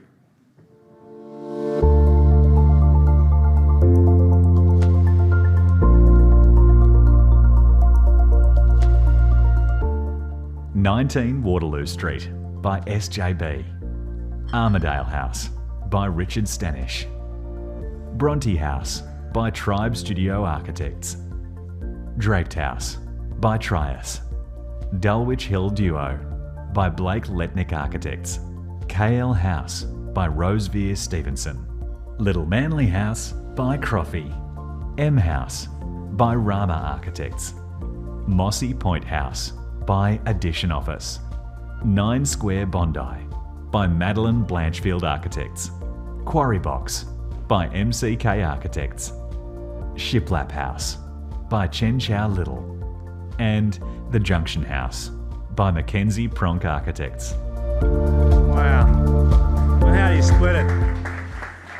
I love this stuff. Okay, a really impressive collection of projects there, and the jury have agreed to award 3 commendations. The first to Bronte House by Tribe Studio Architects.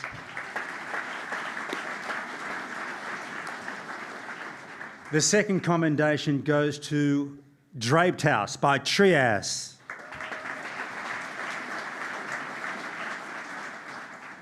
In no particular order, the third commendation goes to Shiplap House by Chen Chow Little. Congratulations to all of the teams involved in those 3 projects. Now, the jury have given an award in the category of houses new, an award to Little Manly House by Croffy. Please come forward.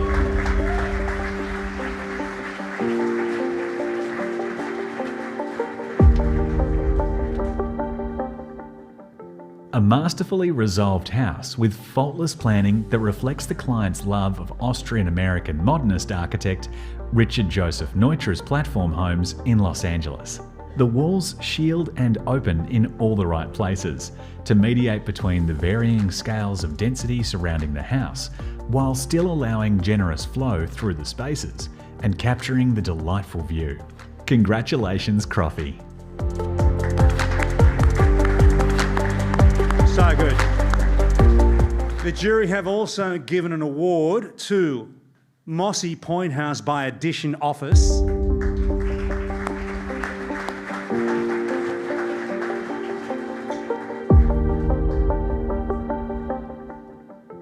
Playful yet restrained, Mossy Point reinterprets the vernacular of beachside architecture. The dwelling has presence, yet it recedes into the landscape to enhance the colours and the grandeur of magnificent gums and the bush that surrounds it.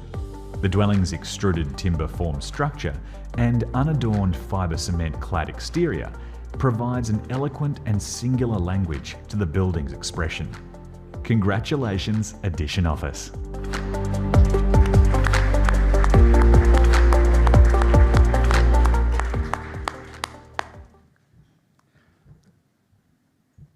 And the highest honour, the Wilkinson Award for Residential Architecture for 2023, goes to 19 Waterloo Street by SJB. Please come forward and say a few words. Here he comes. This remarkable infill project in Surrey Hills challenges thinking about what is a home in Australia today. The 69 square metre dwelling for a couple and their small dog is a bold testament to doing more with less. Every inch of space has been meticulously detailed to create a home that is joyful and inventive and lovingly tailored to the lifestyle of all 3 of its occupants. Congratulations, SJB.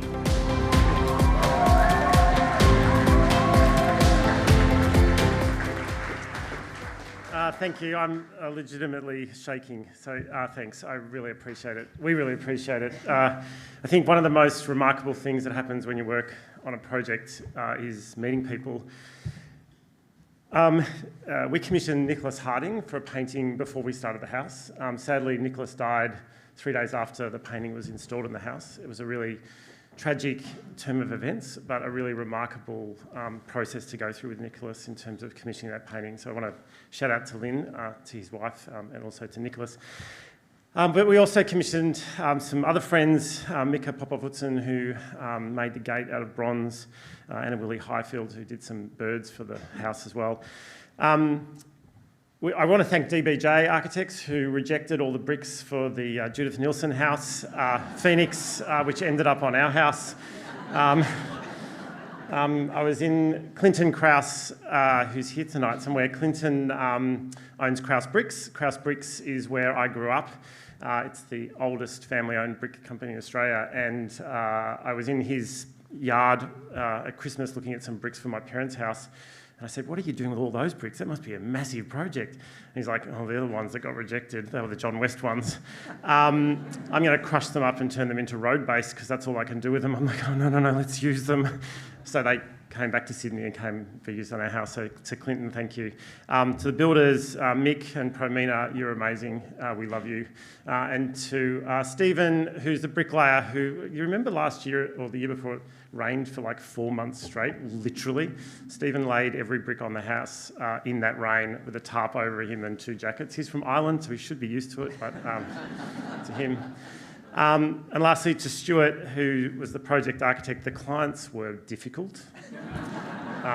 And most of the people in the office, when you say you have to do the house for the boss, it's a career-limiting move. But Stuart's amazing. He put up with me and my husband, Mike, who Mike puts up with me deciding that we're going to build a house every 6 years. It's going to be an investment in thought, and he says yes, so thanks to him. But Stuart had to deal with Mike and me and Eric. So thanks to Stuart. You're a remarkable person and a remarkable architect. I really appreciate it. Thanks.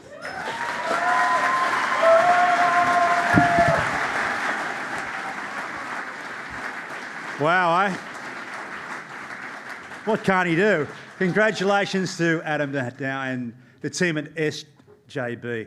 Chapter President, Architect, Homeowner, and now winner of one of the most prestigious awards here tonight. He'll be serving... No, he won't. Drinks later, maybe? Well, this brings us to the final main award category, Public Architecture, which culminates with the announcement of the prestigious Sulman Medal. The jury considered a short list of 8 projects in this category. Let's take a look at the nominees.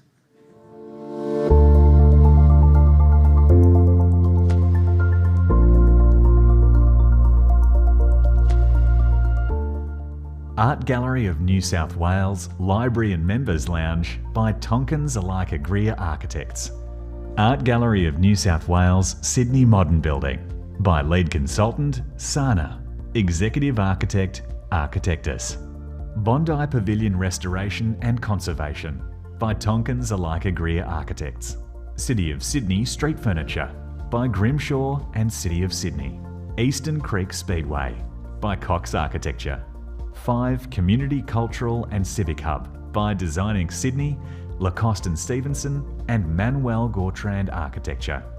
St George Sailing Club Sans Souci by John Jacker Architects.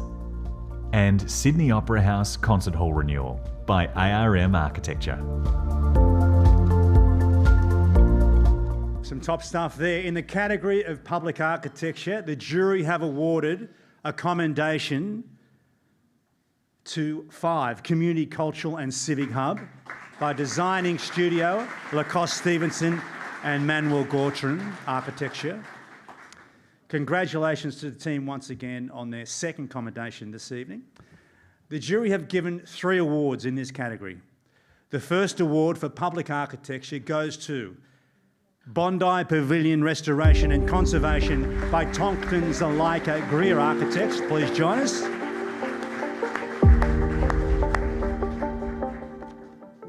The restoration and conservation of the Bondi Pavilion transforms a much-loved but ageing Sydney icon into a delightful and functional series of public spaces serving the community and civic needs of this famous beachside destination.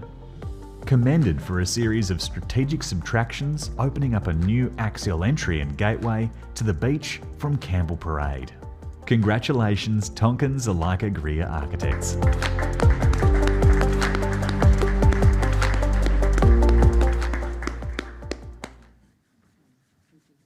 Committee meeting? Okay. The jury have also given an award for public architecture to Art Gallery of New South Wales Library and Members Lounge, also by Tonkins Alike Greer Architects. Spin around, guys. Spin around.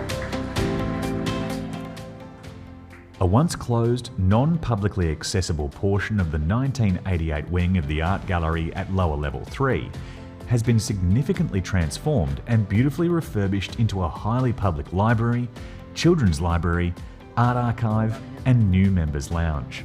The transformation acknowledges the original Sulman award-winning wing by extending and enhancing distinctive elements. Congratulations, Tonkin Zuleika Greer Architects.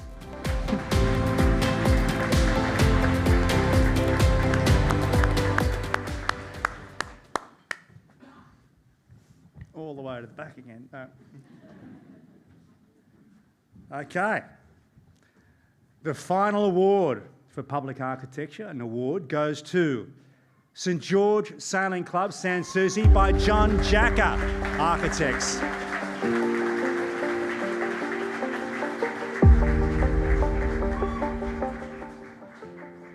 The St George Sailing Club at Sans Souci appears to be a low-key and simple response.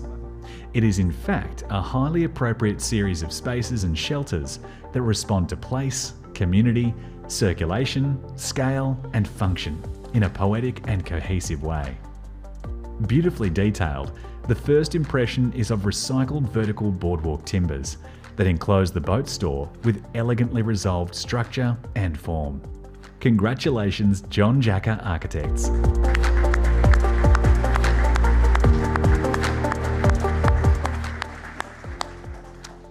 Okay, and now to the highest honour that you can bestow for public architecture, the Sulman Medal. This year, the Sulman Medal goes to the Art Gallery of New South Wales, Sydney Modern Building, lead consultant Sana, with executive architectess. Please join us. Situated on Gadigal country, adjacent to the 151-year-old Art Gallery of New South Wales, Sana and Architectus have skillfully negotiated a complex site spanning the Eastern Distributor motorway and a 20+ metre topographic fall to create a fresh and engaging gallery that opens new possibilities for experiencing art in Sydney.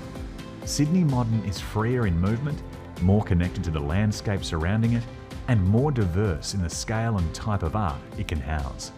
Congratulations, Sana and Architectus.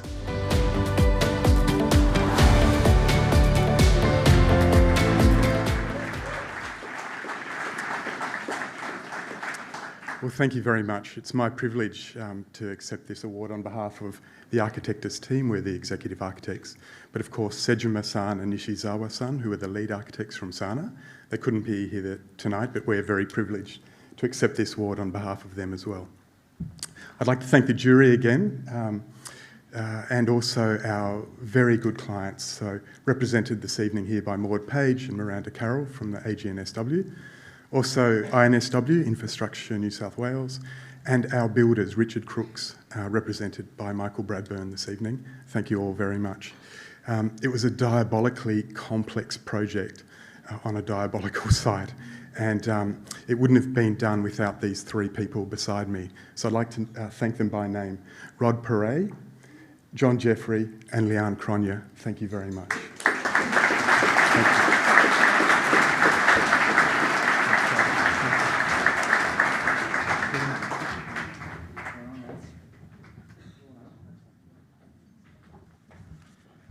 Okay, congratulations to Sana and Architectus.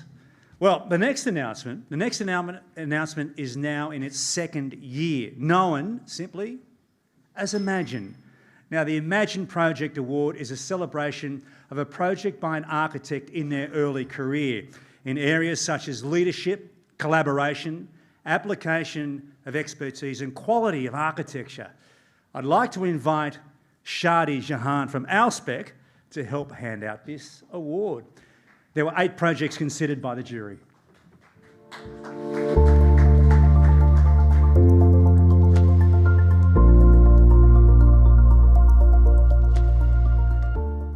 Ayers Place by Curious Practice. Balmain House by Saha. Camperdown Memorial Rest Park Amenities by Iansnimo Architects. House for Bees by Downey North. Lane Cove House by Saha. Modus Operandi Brewery by Prevalent. Rosso Verdi by Carter Williamson.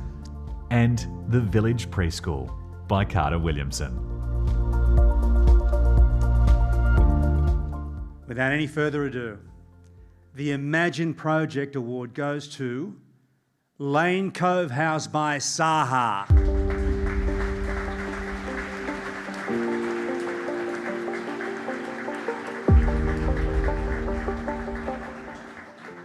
A bold and optimistic response to a brief accommodating 3 generations within a beloved inner suburban lot, a significant project on many levels, and a fitting winner of the EmAGN Project Award.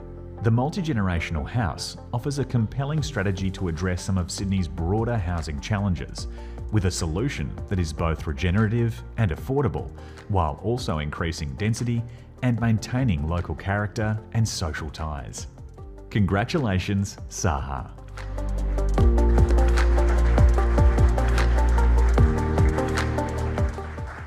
Thank you so much again, and thanks again, of course, to the jurors who are an absolute pleasure showing around all of our projects. Had an amazing time. This is a project we're really passionate about. They're friends of ours, and at the moment there's actually not 2 families, there's 3 families living in there. There's 9 people in this house, which is something we're probably as proud of as this award. But thank you so much for having us. It's a pleasure. What a night, eh? Get some footy tips off them later, maybe. Okay, congratulations once again to the team at Saha. Now, there are only 2 announcements to go, and the first is the Blacket Prize. To say a few words and introduce the nominees, I'd like to invite the Chair of the Regional Division Committee, Phoebe Glanville. Thanks, Peter. Good evening, everyone. The Regional Committee represents members in New South Wales outside of Greater Sydney. Through our work, we strive to promote and advocate for high-level design excellence throughout regional New South Wales. We aim to be a platform for public and peer recognition of outstanding architecture and support regional members. As part of the Regional Committee, our role is also to be on the jury for the prestigious Blacket Prize. The Blacket Prize was named for the 19th century architect Edmund Blacket, whose picturesque Gothic revival-style churches can be found in many country towns. It was established in 1964, introduced by the New South Wales chapter, to recognise and promote design excellence in regional contexts. This year, the Regional Committee have awarded the 2023 Blacket Prize to the Colquhoun Performing Arts Centre by Brewster Hawth Architects.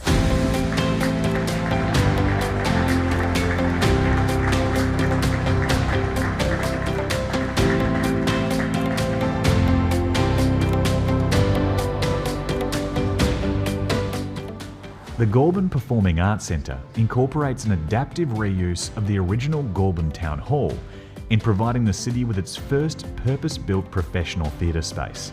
The design incorporates a thoughtful, well-resolved and carefully detailed integration of the original Town Hall buildings. It provides the main public spaces with a new and efficiently designed contemporary theatre located behind the heritage buildings. Congratulations, Brewster Hawth Architects.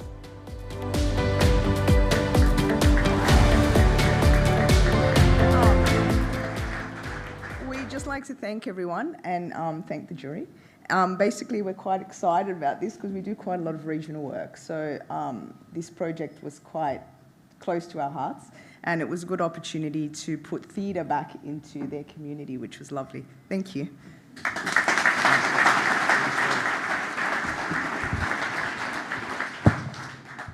Good stuff. Thanks, Phoebe, and congratulations once again to the team at Brewster Hawth Architects. And that brings us to the final award of the night, the announcement of the New South Wales Architecture Medallion, the most prestigious accolade awarded by the New South Wales chapter. Now, the New South Wales Architecture Medallion is selected by the jury chairs from the field of named award winners across all categories.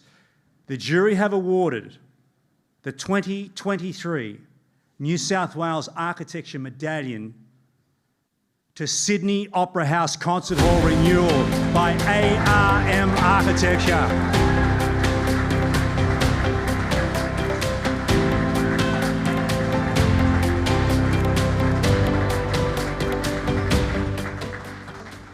Completed in celebration of its 50th year, the Sydney Opera House Concert Hall refurbishment is a masterpiece.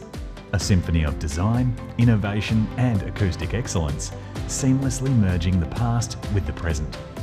This remarkable achievement pays homage to the complex history of an undisputed masterpiece of 20th century architecture, while reimagining its interior spaces to augment and improve the experience of both the public and performers. The result is a renewed concert hall for the next generation, on par with the world's greatest auditoria.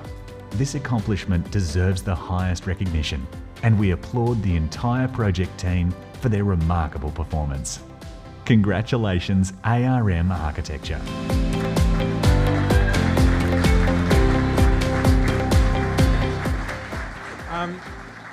They do go on a bit, don't they?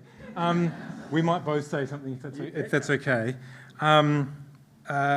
When we came here 5 years ago to start and to build a new home for ARM in Sydney, we were strangers in a strange land. And I'm sure that there are more than a few of you who thought when ARM were awarded that job, you must be kidding. But it is wonderful tonight to stand here 5 years later and see so many friends and colleagues out here in the audience, and to feel genuinely a part of the architectural community here. And we owe all of that really to the house, which is extraordinary. It was our first job here in Sydney, and we do hope that it's not our last. In fact, it's not. So I do want to say actually very quickly, Andrew has led this job for 7 years. We were both in short pants when we started, and he really is a truly extraordinary architect and has led the job with a level head, great skill and extraordinary insight, I think, and really so much of this belongs to him. Thank you, Mark. Too kind. Thank you to all the juries we took around. It was wonderful to show everyone the work that we'd done. Thank you to the Institute. I took another type of jury around for the first time today, which was my own children. They were perhaps the harshest critics. But if you indulge me with naming some thank yous, I mentioned Louise from the house, but all of the people at the house were wonderful to work with. Ian, Ziggy, Lou, Paul, Daniel, and so on. The entire project team were fantastic. Our wonderful consultant team, Muller BBM, fantastic German acousticians, Arup, Warren Smith and Partners, Stenson Varming. A number of these were original Opera House consultants. Design 5. Yes, and also, as Mark rightly points out, our fantastic building team from Taylor Construction. Not an easy build, as you can imagine, but one that they pulled off with aplomb. Mark rightly mentioned the work of Peter Hall. Learning about his work, researching his work, understanding his work, and interacting with his work was truly a great privilege. It's not something we took on lightly at all. It's something we have learnt a hell of a lot about, and his work is of equal to to the work of Utz, and it was a great privilege to work on this project.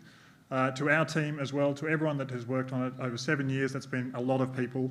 I won't name those, everyone there, but to all of them, everyone has made a fantastic contribution to this project. Thank you, we're truly blown away. Yeah.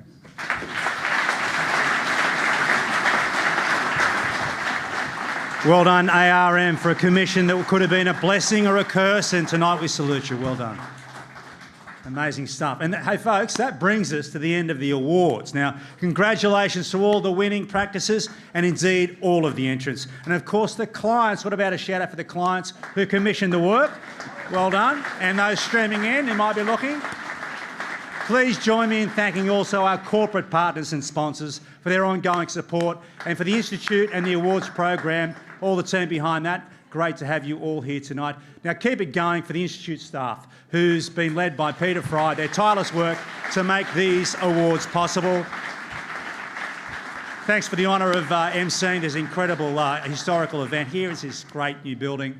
Just a reminder for those who won commendations, please see the Institute staff next to the media wall to pick up your certificates, and get a photo with Dave, our professional photographer. Now, folks, this is important. if you're keen to keep the celebrations going, we have an after party at the Riley Hotel. Shout out to them because they're already streaming us in Darlinghurst, where the festivities will be ongoing and have already started, apparently. Indeed, a shout out to those watching at Riley Street Hotel. We'll see you shortly, right? It's been a pleasure to be your host tonight. Congratulations to all. Have a great evening. Good night.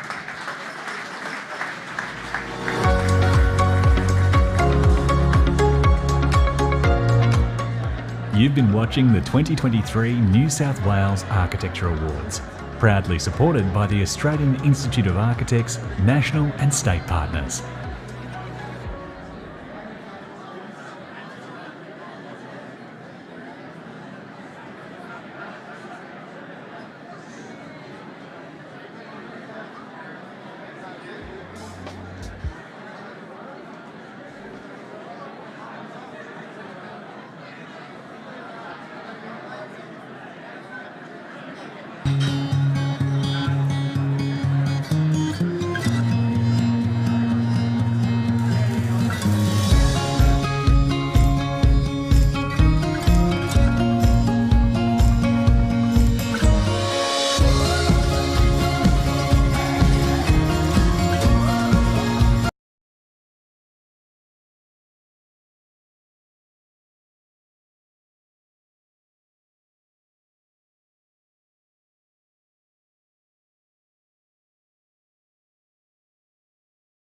You can easily bring your projects to life with Dulux BIM Solutions. Dulux BIM Solutions provides easy-to-use BIM content, so you can add Dulux colours and product ranges to your Revit and ArchiCAD models quickly and simply. The latest Dulux BIM content update now includes the Dulux World of Colour and product ranges from Dulux Powder Coatings, Dulux Protective Coatings, Dulux Acrotex, Dulux Avista and Intergrain Timber Finishes. Dulux BIM Solutions, inspiring creativity.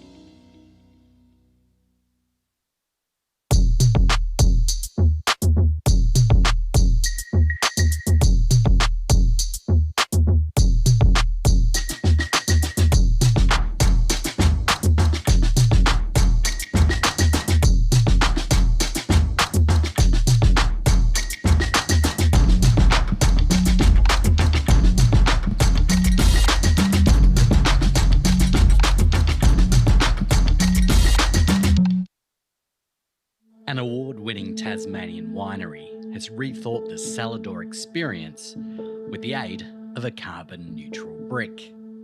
The material palette was selected to respond to the way that Lou and Joe make their wine, which they're all about being as natural and being as authentic as possible. When we were picking materials, we wanted that and a response to the Tasmanian context and a way to sort of ground a small building in the landscape. We were approached to see if we could help Dave and Barbara with their new home. It was an immediate yes. Being part of the community is stitched into Taubman's DNA, and we'll do what we can where we can to help. Dave and Barbara have fostered 400 children in the last 27 years, so we obviously needed a really robust product. We used Taubman's Endure, which is a water-based low VOC product that has been approved by the National Asthma Council of Australia's Sensitive Choice program.